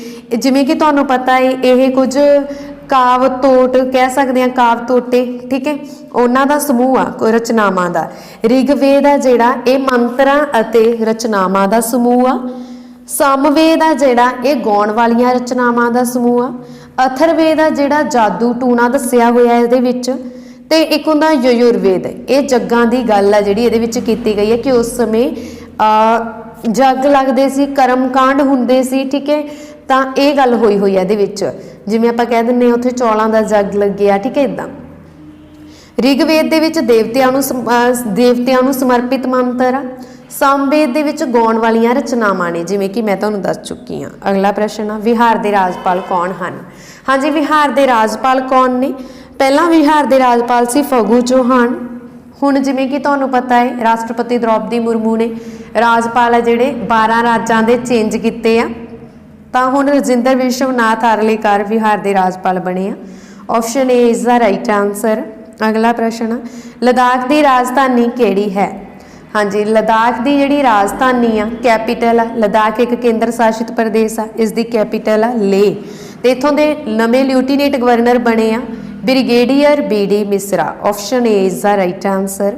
ਅਗਲਾ ਪ੍ਰਸ਼ਨ, ਮਹਿਮੂਦ ਗਜ਼ਨਵੀ ਨੇ ਭਾਰਤ ਤੇ ਕਿੰਨੇ ਹਮਲੇ ਕੀਤੇ? Very important and very famous MCQ ਹੈ ਇਹ। ਮਹਿਮੂਦ ਗਜ਼ਨਵੀ ਇਹਨਾਂ ਨੇ ਭਾਰਤ ਤੇ 17 ਹਮਲੇ ਕੀਤੇ ਆ। Option D is the right answer. ਅਗਲਾ ਪ੍ਰਸ਼ਨ, ਵਰਤਮਾਨ ਸਮੇਂ ਵਿੱਚ ਖਿਦਰਾਣੇ ਦੀ ਢਾਬ ਨੂੰ ਕਿਹੜੇ ਨਾਮ ਨਾਲ ਜਾਣਿਆ ਜਾਂਦਾ ਹੈ? ਹਾਂਜੀ, ਐਟ ਪ੍ਰੈਜ਼ੈਂਟ ਖਿਦਰਾਣੇ ਦੀ ਢਾਬ ਦਾ ਜਿਹੜਾ ਦੇਖੋ ਤੁਸੀਂ ਮੁਕਤਸਰ ਦਾ ਪੁਰਾਣਾ ਨਾਮ ਕੀ ਸੀ? ਖਿਦਰਾਣੇ ਦੀ ਢਾਬ। ਠੀਕ ਹੈ, ਖਿਦਰਾਣੇ ਦੀ ਢਾਬ ਜਦੋਂ ਸਾਡੇ 40 ਮੁਕਤੇ ਸ਼ਹੀਦ ਹੋਏ ਆ ਉਸ ਟਾਈਮ ਇਹਨਾਂ ਨੂੰ ਮੁਕਤਸਰ ਦਾ ਨਾਮ ਦਿੱਤਾ ਸੀ ਗੁਰੂ ਗੋਬਿੰਦ ਸਿੰਘ ਜੀ ਨੇ ਮੁਕਤਸਰ ਨੂੰ। ਠੀਕ ਹੈ, ਖਿਦਰਾਣੇ ਦੀ ਢਾਬ ਨੂੰ। ਤਾਂ ਮੁਕਤਸਰ ਦਾ ਪੁਰਾਣਾ ਨਾਮ ਕੀ ਹੈ? ਖਿਦਰਾਣੇ ਦੀ ਢਾਬ। ਇਹ ਵੀ ਇੰਪੋਰਟੈਂਟ ਆ, ਤੁਸੀਂ ਯਾਦ ਰੱਖਣਾ। MCQ ਕਿਸੇ ਵੀ ਤਰ੍ਹਾਂ ਘੁਮਾ ਫਿਰਾ ਕੇ ਆ ਸਕਦਾ। Option B is the right answer. ਅਗਲਾ ਪ੍ਰਸ਼ਨ ਅਸੀਂ ਕਰਦੇ ਹਾਂ ਜੀ, ਸ਼੍ਰੀ ਗੁਰੂ ਰਾਮਦਾਸ ਜੀ ਦਾ ਬਚਪਨ ਦਾ ਨਾਮ ਕੀ ਸੀ? ਹਾਂਜੀ, ਵੈਰੀ ਇੰਪੋਰਟੈਂਟ। ਤਿਆਗਮੱਲ ਬਚਪਨ ਦਾ ਨਾਮ ਸੀਗਾ ਸ਼੍ਰੀ ਗੁਰੂ ਤੇਗ ਬਹਾਦਰ ਜੀ ਦਾ। ਭਾਈ ਲਹਿਣਾ ਜੀ ਬਚਪਨ ਦਾ ਨਾਮ ਸੀ ਸ਼੍ਰੀ ਗੁਰੂ ਅੰਗਦ ਦੇਵ ਜੀ ਦਾ। ਸ਼੍ਰੀ ਗੁਰੂ ਰਾਮਦਾਸ ਜੀ ਦਾ ਬਚਪਨ ਦਾ ਨਾਮ ਸੀ Bhai Jetha ji. Option A is the right answer. ਤੇ ਭਾਈ ਜੇਤਾ ਜੀ ਕੌਣ ਸੀ? ਇਹ ਸ਼੍ਰੀ ਗੁਰੂ ਤੇਗ ਬਹਾਦਰ ਜੀ ਦਾ ਸੀਸ ਚੁੱਕ ਕੇ ਲੈ ਕੇ ਆਏ ਸੀ ਆਨੰਦਪੁਰ ਸਾਹਿਬ। ਠੀਕ ਹੈ, ਇਹ ਤੁਸੀਂ ਯਾਦ ਰੱਖਣਾ। ਤੇ ਜਦੋਂ ਇਹ ਚੱਕ ਕੇ ਲੈ ਕੇ ਆਏ ਸੀ ਉਹਨਾਂ ਦਾ ਪਵਿੱਤਰ ਸੀਸ, ਤਾਂ ਇਹਨਾਂ ਨੂੰ ਗੁਰੂ ਗੋਬਿੰਦ ਸਿੰਘ ਜੀ ਨੇ ਕਿਹਾ ਸੀ ਕਿ ਰੰਗਰੇਟਾ ਗੁਰੂ ਕਾ ਬੇਟਾ, ਕਿ ਤੂੰ ਹੀ ਗੁਰੂ ਦਾ ਅਸਲੀ ਬੇਟਾ ਹੈ। ਰੰਗਰੇਟਾ ਇਹਨਾਂ ਦੀ ਜਾਤ ਸੀ। ਅੱਗੇ ਆ ਸੰਪਤ ਸਿੱਧੂ ਵਿੱਚ ਕਿੰਨੀਆਂ ਨਦੀਆਂ ਸਨ? ਹਾਂਜੀ, ਸੰਪਤ ਸਿੱਧੂ ਨਾਮ ਤੋਂ ਹੀ ਪਤਾ ਲੱਗਦਾ, ਸੰਪਤ ਸਿੰਧੂ, ਇਸ ਦੇ ਵਿੱਚ ਸਨ 7 ਨਦੀਆਂ। Option B is the right answer. ਕਿਹੜੀਆਂ ਕਮੈਂਟ ਬਾਕਸ ਦੇ ਵਿੱਚ ਜ਼ਰੂਰ ਦੱਸਣਾ, ਕਿਉਂਕਿ ਪੁਰਾਣੀਆਂ ਨਦੀਆਂ ਦੇ ਨਾਮ ਸਾਨੂੰ ਮੋਸਟਲੀ ਸਭ ਨੂੰ ਪਤਾ ਹੁੰਦਾ।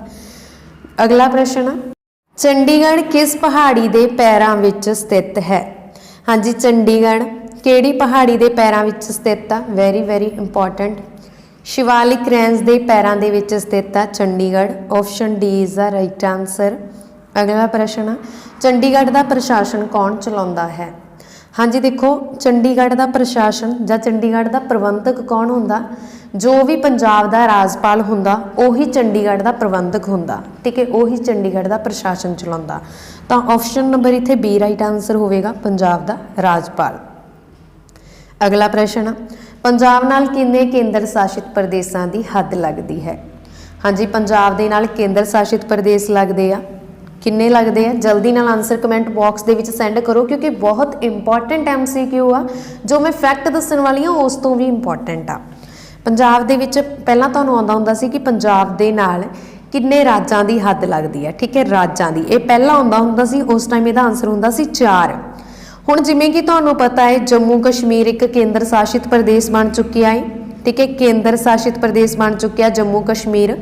ਤਾਂ ਜੰਮੂ ਕਸ਼ਮੀਰ ਆ ਜਿਹੜਾ ਉਹ ਇੱਧਰ ਆ ਗਿਆ ਕੇਂਦਰ ਸ਼ਾਸਿਤ ਪ੍ਰਦੇਸ਼ ਦੇ ਵਿੱਚ। ਰਾਜ ਰਹਿ ਗਏ 3, ਹਿਮਾਚਲ ਪ੍ਰਦੇਸ਼, ਹਰਿਆਣਾ, ਰਾਜਸਥਾਨ, ਠੀਕ ਹੈ।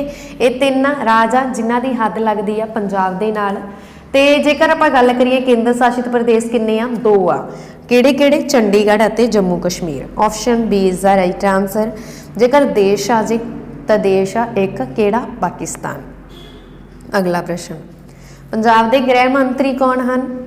ਹਾਂਜੀ, ਐਟ ਪ੍ਰੈਜ਼ੈਂਟ ਪੰਜਾਬ ਦੇ ਗ੍ਰਹਿ ਮੰਤਰੀ ਕੌਣ ਆ? ਪੰਜਾਬ ਦਾ ਗ੍ਰਹਿ ਮੰਤਰਾਲਾ, ਪੰਜਾਬ ਦਾ ਜੇਲ੍ਹ ਵਿਭਾਗ, ਠੀਕ ਹੈ, ਤੇ ਇਸ ਤੋਂ ਇਲਾਵਾ ਪੰਜਾਬ ਦੇ ਮੁੱਖ ਮੰਤਰੀ ਕੌਣ ਨੇ? Bhagwant Singh Mann. Option A is the right answer. Very important, ਠੀਕ ਹੈ। ਪੰਜਾਬ ਦੇ ਹੁਣ ਚੀਫ ਮਿਨਿਸਟਰ ਭਗਵੰਤ ਸਿੰਘ ਮਾਨ, ਇਹ ਤਾਂ ਸਭ ਨੂੰ ਹੀ ਪਤਾ। ਜੇ ਉਹਨਾਂ ਨੇ ਘੁਮਾ ਫਿਰਾ ਕੇ ਪਾਉਣਾ ਹੋਊਗਾ ਉਹ ਕੌਣਗੇ? ਗ੍ਰਹਿ ਮੰਤਰਾਲੇ ਦੇ ਮੰਤਰੀ ਕੌਣ ਆ? ਜੇਲ੍ਹ ਵਿਭਾਗ ਦੇ ਮੰਤਰੀ ਕੌਣ ਆ? ਠੀਕ ਹੈ, ਇਸ ਤਰ੍ਹਾਂ ਧਿਆਨ ਰੱਖਣਾ ਕਿ ਕਿਹੜੇ ਮੰਤਰਾਲੇ ਭਗਵੰਤ ਮਾਨ ਕੋਲ ਆ। ਪੰਜਾਬ ਦੇ ਮੰਤਰੀ ਮੰਡਲ ਤੇ ਮੈਂ ਵੀਡੀਓ ਬਣਾ ਦਿੱਤੀ, ਉਹ ਤੁਸੀਂ ਦੇਖ ਸਕਦੇ ਹੋ। ਅਗਲਾ ਪ੍ਰਸ਼ਨ, 2023 ਵਿੱਚ ਭਾਰਤ ਦਾ ਬਜਟ ਕਿਸ ਨੇ ਪੇਸ਼ ਕੀਤਾ? ਹੁਣ ਤੁਹਾਨੂੰ ਇਹ ਪਤਾ ਹੋਣਾ ਚਾਹੀਦਾ। ਇਹ MCQ ਤੁਹਾਨੂੰ 2024 ਚ ਵੀ ਆ ਸਕਦਾ, 2025 ਚ ਵੀ ਆ ਸਕਦਾ, ਠੀਕ ਹੈ। ਤਾਂ 2023 ਦਾ ਜਿਹੜਾ ਭਾਰਤ ਦਾ ਬਜਟ ਆ ਉਹ ਪੇਸ਼ ਕੀਤਾ ਵਾ। ਬਜਟ ਦੇਖੋ ਹਮੇਸ਼ਾ ਹੀ ਵਿੱਤ ਮੰਤਰੀ ਪੇਸ਼ ਕਰਦਾ, ਤੇ ਐਟ ਪ੍ਰੈਜ਼ੈਂਟ ਸਾਡੇ ਭਾਰਤ ਦੇ ਵਿੱਤ ਮੰਤਰੀ 2023 ਦੇ ਵਿੱਚ ਕੌਣ ਨੇ? ਨਿਰਮਲਾ ਸੀਤਾਰਮਨ।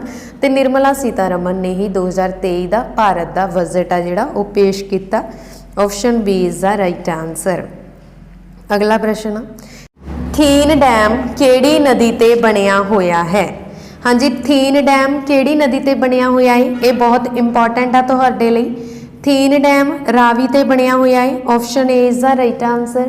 ਥੀਨ ਡੈਮ ਦਾ ਦੂਜਾ ਨਾਮ ਆ ਰਣਜੀਤ ਸਾਗਰ ਡੈਮ, ਇਹ ਵੀ ਤੁਹਾਨੂੰ ਪਤਾ ਹੋਣਾ ਚਾਹੀਦਾ।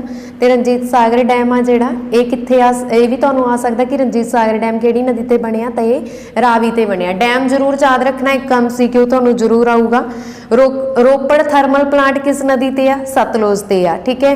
ਭਾਖੜਾ ਡੈਮ ਕਿਹੜੀ ਨਦੀ ਤੇ ਆ? ਸਤਲੁਜ ਤੇ ਆ। ਵਿਆਸ ਦੀ ਜੇਕਰ ਅਸੀਂ ਗੱਲ ਕਰੀਏ, ਵਿਆਸ ਨਦੀ ਤੇ ਬਣਿਆ ਹੋਇਆ ਹੈ ਪੌਂਗ ਡੈਮ, ਠੀਕ ਹੈ। ਇਸ ਦਾ ਪੁਰਾਣਾ ਨਾਮ ਕੀ ਆ ਜਾਂ ਇਸ ਦਾ ਹੋਰ ਨਾਮ ਵੀ ਹੈ ਇੱਕ?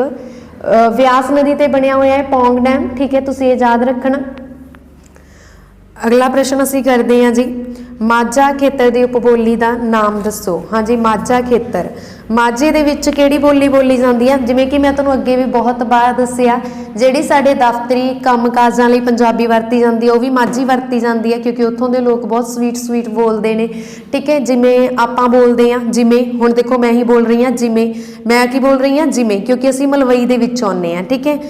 ਮਲਵਈ ਕਿਉਂਕਿ ਅਸੀਂ ਮਲਵਈ ਬੋਲਦੇ ਹਾਂ, ਠੀਕ ਹੈ। ਮਲਵਈ ਦੇ ਵਿੱਚ ਅਸੀਂ ਕੀ ਕਰਦੇ ਹਾਂ? ਵਾਵੇ ਨੂੰ ਮੰਮਾ ਬੋਲ ਦਿੰਦੇ ਆ। ਤੇ ਜਿਹੜੇ ਮਾਝੀ ਵਾਲੇ ਆ ਉਹ ਜਿਵੇਂ ਬੋਲਦੇ ਆ ਉਵੇਂ ਹੀ ਲਿਖਦੇ ਆ, ਜਿਵੇਂ। ਉਹ ਇੰਨਾ ਸਵੀਟ ਬੋਲਦੇ ਆ ਕਿ ਜਿਵੇਂ ਅੱਖਰ ਲਿਖੇ ਹੁੰਦੇ ਆ ਸੇਮ ਐਗਜ਼ੈਕਟਲੀ ਉੱਦਾਂ ਬੋਲਦੇ ਆ, ਆਪਾਂ ਥੋੜਾ ਤੋੜ ਮਰੋੜ ਦਿੰਦੇ ਆ, ਠੀਕ ਹੈ। ਇਸ ਤਰ੍ਹਾਂ ਤੁਸੀਂ ਧਿਆਨ 'ਚ ਰੱਖੋ ਕਿ ਜਿਹੜੇ ਮਾਝੀ ਆ ਉਹ ਲੈਂਗੁਏਜ ਇੱਦਾਂ ਦੀ ਆ ਜਿਹੜੀ ਦਫ਼ਤਰੀ ਕੰਮਕਾਜ ਲਈ ਵੀ ਵਰਤੀ ਜਾਂਦੀ ਹੈ, ਕਿਉਂਕਿ ਜਿਵੇਂ ਦਾ ਆਪਾਂ ਬੋਲਦੇ ਹਾਂ ਉੱਦਾਂ ਹੀ।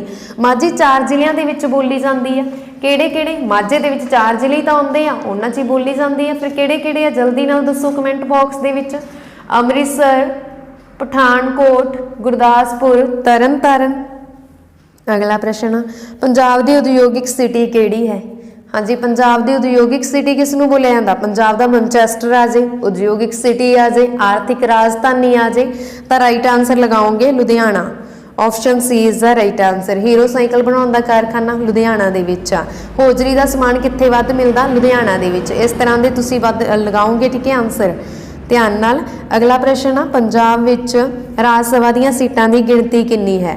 हाँ जी, पंजाब दे विच राज सभा दीयां सीटां दी गिणती आ कितनी है? राज सभा दीयां सीटां दी गिणती 7। Option A is the right answer, ठीक है। 7 सीटां 7 गिणती है पंजाब दे विच राज सभा दीयां सीटां दी। लोक सभा दी गिणती 13 वा, विधान सभा दी गिणती 113 वा, ठीक है। लोक सभा दीयां सीटां 13 वा, विधान सभा दी 113 ते विधान परिषद नूं खत्म कर दिता गया है पंजाब दे विचों। कदों कीता गया सी? 1970 च। ये भी ध्यान रखना। अगला प्रश्न, निम्नलिखित संख्यावां दी औसत पता करो। हाँ जी, हुण असीं की पता करनी है? औसत। जदों भी औसत आ जे तां इह कदे ना भुलना कि औसत दा फार्मूला हुंदा संख्यावां दा जोड़। उपर आउंदा जोड़, हेठां हुंदा संख्यावां दी गिणती। हुण ਜਿਹੜੀਆਂ संख्यावां ਤੁਹਾਨੂੰ ਦਿੱਤੀਆਂ ਉੱਪਰ ਆ ਜਾਣਾ ਇਹਨਾਂ ਦਾ ਜੋੜ, मतलब ਇਹਨਾਂ ਦਾ ਪਲੱਸ ਭਰ ਦੇਣਾ ਸਾਰਿਆਂ ਦਾ। ਜਦੋਂ ਇਹਨਾਂ ਦਾ ਪਲੱਸ ਤੁਸੀਂ ਕਰੋਗੇ 8 ਤੇ 1 9, 9 7 16, 16 ਤੇ 9 16 ਤੇ 9 ਹੁੰਦੇ ਆ ਤੁਹਾਡੇ ਕੋਲੇ 25, 25 ਤੇ 2 7, ठीक है। 27, 27 ਤੇ 5 ਕਿੰਨੇ ਹੁੰਦੇ ਆ? 32। ਜਦੋਂ ਤੁਸੀਂ ਇਹਨਾਂ ਦਾ ਜੋੜ ਕਰੋਗੇ ਇਹ ਬਣ ਜਾਣਾ ਤੁਹਾਡੇ ਕੋਲੇ 2682। ਤੇ ਹੁਣ ਸੰਖਿਆਵਾਂ ਦੀ ਗਿਣਤੀ ਕਿੰਨੀ ਹੈ? 6 ਗਿਣ ਲਓ। 1 2 3 4 5 6 ਤਾਂ ਸੰਖਿਆਵਾਂ ਦੀ ਗਿਣਤੀ ਹੈ 6। 6 ਤੇ ਅਸੀਂ ਡਿਵਾਈਡ ਕੀਤਾ, ਪਹਿਲਾਂ 6 ਤੇ ਡਿਵਾਈਡ ਕੀਤਾ, 4 ਤੇ ਜਾਊਗਾ 6 ਚੌਕਾ 24, ਫਿਰ ਰਹਿ ਗਿਆ ਨੇ 2, ਫਿਰ ਉਸ ਤੋਂ ਬਾਅਦ ਫਿਰ 4 ਤੇ ਜਾਊਗਾ 6 ਚੌਕਾ 24, ਫਿਰ ਮਗਰ ਬਚਣੇ 4 7 6 42 ਤਾਂ 7 ਤੇ ਜਾਊਗਾ 747 ਆਂਸਰ ਆ ਜਾਣਾ ਇਹਨੂੰ ਕੱਟਣ ਤੋਂ ਬਾਅਦ। ਤੇ ਤੁਹਾਡਾ ਰਾਈਟ ਆਂਸਰ ਹੋਊਗਾ 746 447 ਆਂਸਰ ਆ ਜਾਣਾ ਤੇ ਰਾਈਟ ਆਂਸਰ ਹੈ ਆਪਣਾ ਆਪਸ਼ਨ ਸੀ, ਠੀਕ ਹੈ। ਕੱਟ ਕਰਕੇ ਤੁਸੀਂ ਡਿਵਾਈਡ ਕਰਕੇ ਦੇਖ ਸਕਦੇ ਹੋ, ਜੋੜ ਕਰਕੇ ਦੇਖ ਸਕਦੇ ਹੋ। ਫਾਰਮੂਲਾ ਯਾਦ ਰੱਖਣਾ, ਸੰਖਿਆਵਾਂ ਦਾ ਕੀ ਹੈ? ਸੰਖਿਆਵਾਂ ਤਾਂ ਕੋਈ ਵੀ ਆ ਸਕਦੀਆਂ ਨੇ, ਜੇਕਰ ਫਾਰਮੂਲਾ ਪਤਾ ਤਾਂ ਆਸਾਨੀ ਨਾਲ ਕਰ ਸਕਦੇ ਹਾਂ। ਅਗਲਾ ਪ੍ਰਸ਼ਨ, ਹੇਠਾਂ ਦਿੱਤੇ ਇਹਨੂੰ ਹੱਲ ਕਰੋ। ਹਾਂਜੀ, ਇਹਨੂੰ ਹੱਲ ਕਰਨਾ ਸਭ ਤੋਂ ਪਹਿਲਾਂ ਦੇਖੋ 1.2 ਆ, ਆਫਟਰ ਪੁਆਇੰਟ ਕਿੰਨੇ ਅੱਖਰ ਆ? ਇੱਕ ਅੱਖਰ ਹੀ ਆ ਪੁਆਇੰਟ ਤੋਂ ਬਾਅਦ, ਤਾਂ ਮੈਂ ਹੇਠਾਂ 1 0 ਲਾ ਲੂੰਗੀ।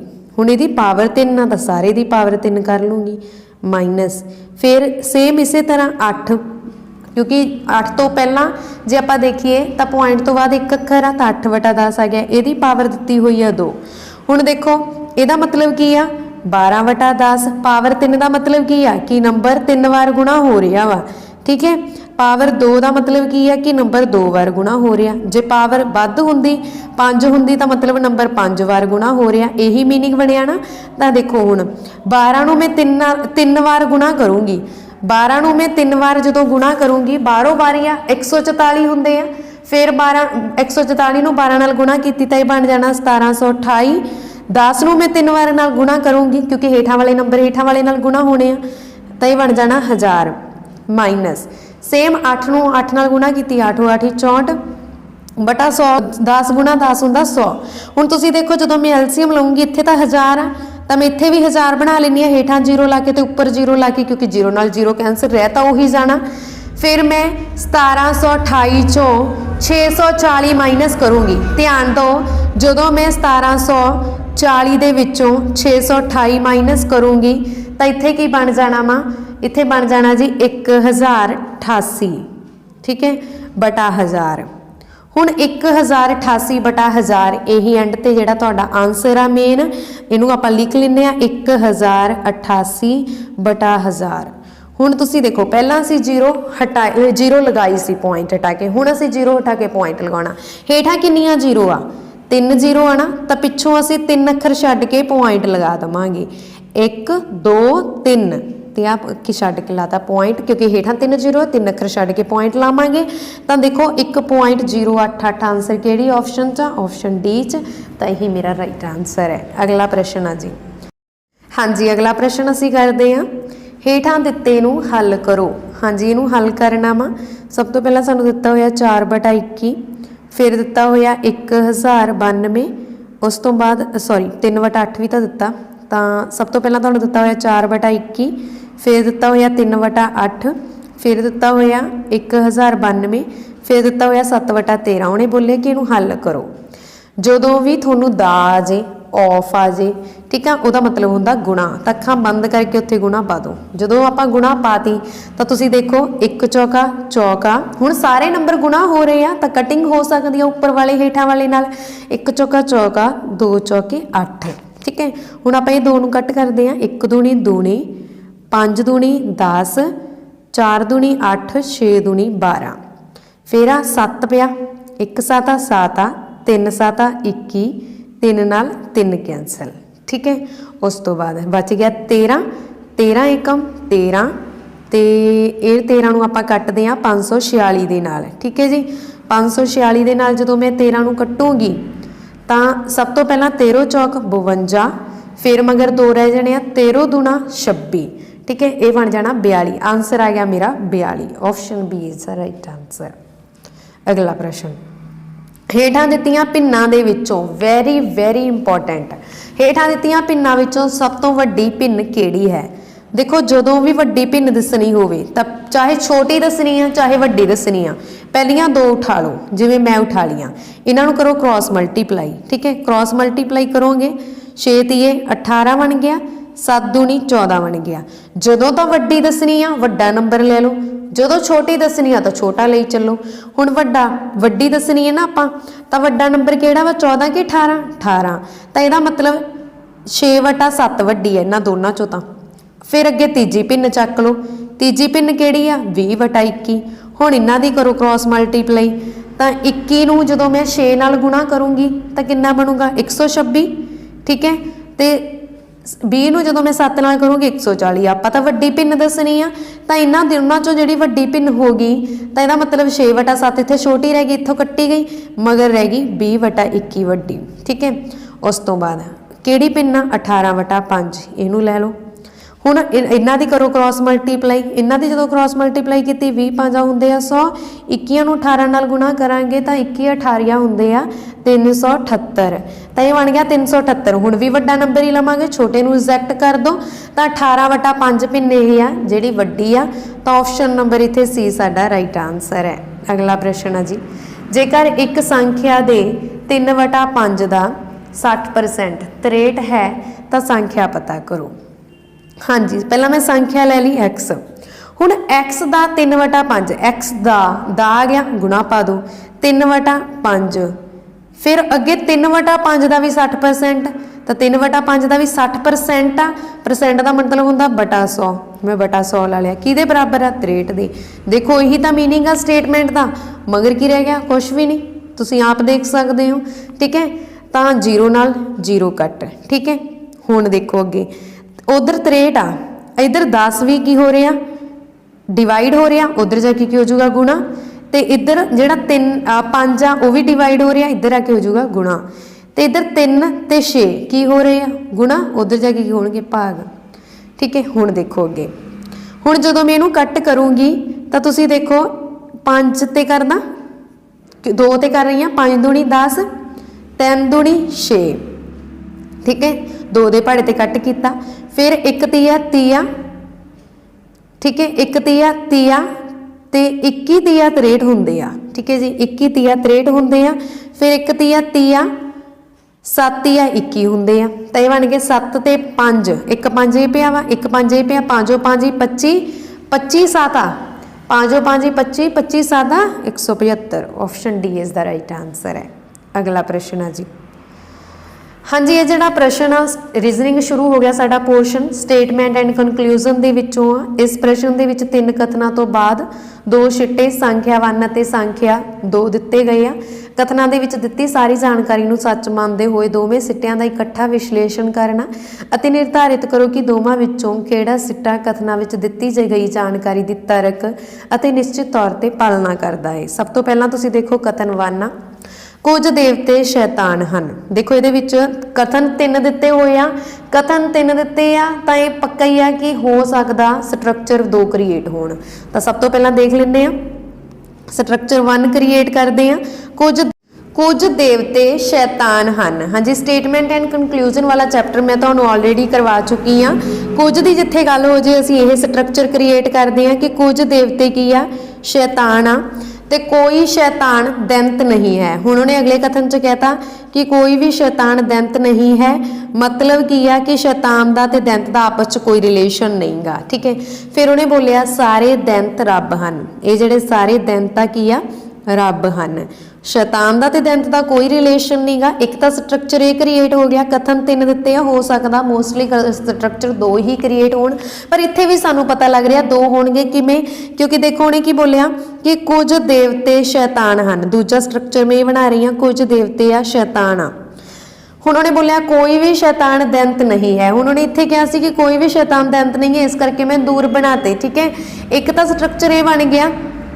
ਦੂਸਰੇ ਦੇ ਵਿੱਚ ਉਹਨੇ ਇਹ ਕਿਹਾ ਕਿ ਕੋਈ ਵੀ ਸ਼ੈਤਾਨ ਦੈਂਤ ਨਹੀਂ ਹੈ, ਤਾਂ ਹੋ ਸਕਦਾ ਉਹ ਜਿਹੜੇ ਸ਼ੈਤਾਨ ਆ, ਜਿਹੜਾ ਕੋਈ ਵੀ ਸ਼ੈਤਾਨ ਦੈਂਤ ਨਹੀਂ ਹੈ, ਤਾਂ ਇਹ ਤਾਂ ਨਹੀਂ ਉਹਨੇ ਕਿਹਾ ਕਿ ਦੇਵਤੇ ਨਹੀਂਗੇ। ਠੀਕ ਹੈ, ਕੋਈ ਵੀ ਸ਼ੈਤਾਨ ਆ ਜਿਹੜਾ ਦੈਂਤ ਨਹੀਂ ਹੈ, ਦੈਂਤ ਨਹੀਂ ਹੈ ਤਾਂ ਦੈਂਤ ਤਾਂ ਇਹੀ ਪਿਆ ਵਾ। ਠੀਕ ਹੈ, ਤਾਂ ਸ਼ੈਤਾਨ ਤਾਂ ਇਹੀ ਪਿਆ। ਇੱਧਰ ਵੀ ਤਾਂ ਬਣਾ ਹੀ ਸਕਦੀ ਸੀ ਮੈਂ ਦੂਜਾ ਸਟਰਕਚਰ ਕਿ ਜਿਹੜੇ ਕੋਈ ਵੀ ਸ਼ੈਤਾਨ ਆ ਉਹ ਕੀ ਹੈ, ਦੈਂਤ ਨਹੀਂ ਹੈ, ਤਾਂ ਦੈਂਤ ਮੈਂ ਇੱਥੇ ਬਣਾ ਲਈ, ਦੈਂਤ ਆ, ਦੈਂਤ ਬਣ ਗਏ। ਦੇਵਤੇ ਤਾਂ ਹੋ ਹੀ ਸਕਦੇ ਆ ਕਿਉਂਕਿ ਉਹਨੇ ਕਿਤੇ ਵੀ ਨਹੀਂ ਕਿਹਾ। ਹੁਣ ਉਹਨੇ ਅੱਗੇ ਕੀ ਬੋਲਿਆ ਕਿ ਸਾਰੇ ਦੈਂਤ ਰੱਬ ਹਨ। ਸਾਰੇ ਦੈਂਤ ਕੀ ਆ, ਰੱਬ ਹਨ, ਤਾਂ ਮੈਂ ਰੱਬ ਦਾ ਬਣਾਤਾ ਬਾਹਰ। ਠੀਕ ਹੈ, ਸਾਰੇ ਦੈਂਤ ਰੱਬ ਹਨ। ਸਾਰੇ ਦੈਂਤ ਵੀ ਬਣ ਸਕਦਾ ਸੀ, ਇੱਥੇ ਇਹ ਵੀ ਤੁਸੀਂ ਕ੍ਰੀਏਟ ਕਰਦੇ ਸੀ ਸਾਰੇ ਤੇ ਸਾਰੇ ਤੇ ਵੀ ਕਰ ਸਕਦੇ ਹੋ। ਹੁਣ ਦੇਖੋ ਅੱਗੇ ਅਸੀਂ ਪੜ੍ਹਦੇ ਹਾਂ ਕਿ ਛਿੱਟਾ ਕੀ ਕੱਢਣਾ, ਕਨਕਲੂਜਨ ਕੀ ਨਿਕਲਦੀ ਆ। ਕਨਕਲੂਜਨ ਕੱਢਣ ਦੇ ਲਈ ਤੁਸੀਂ ਦੇਖੋ ਉਹਨੇ ਦਿੱਤਾ ਕਿ ਸਾਰੇ ਸ਼ੈਤਾਨਾਂ ਦੇ ਰੱਬ ਹੋਣ ਦੀ ਸੰਭਾਵਨਾ ਹੈ।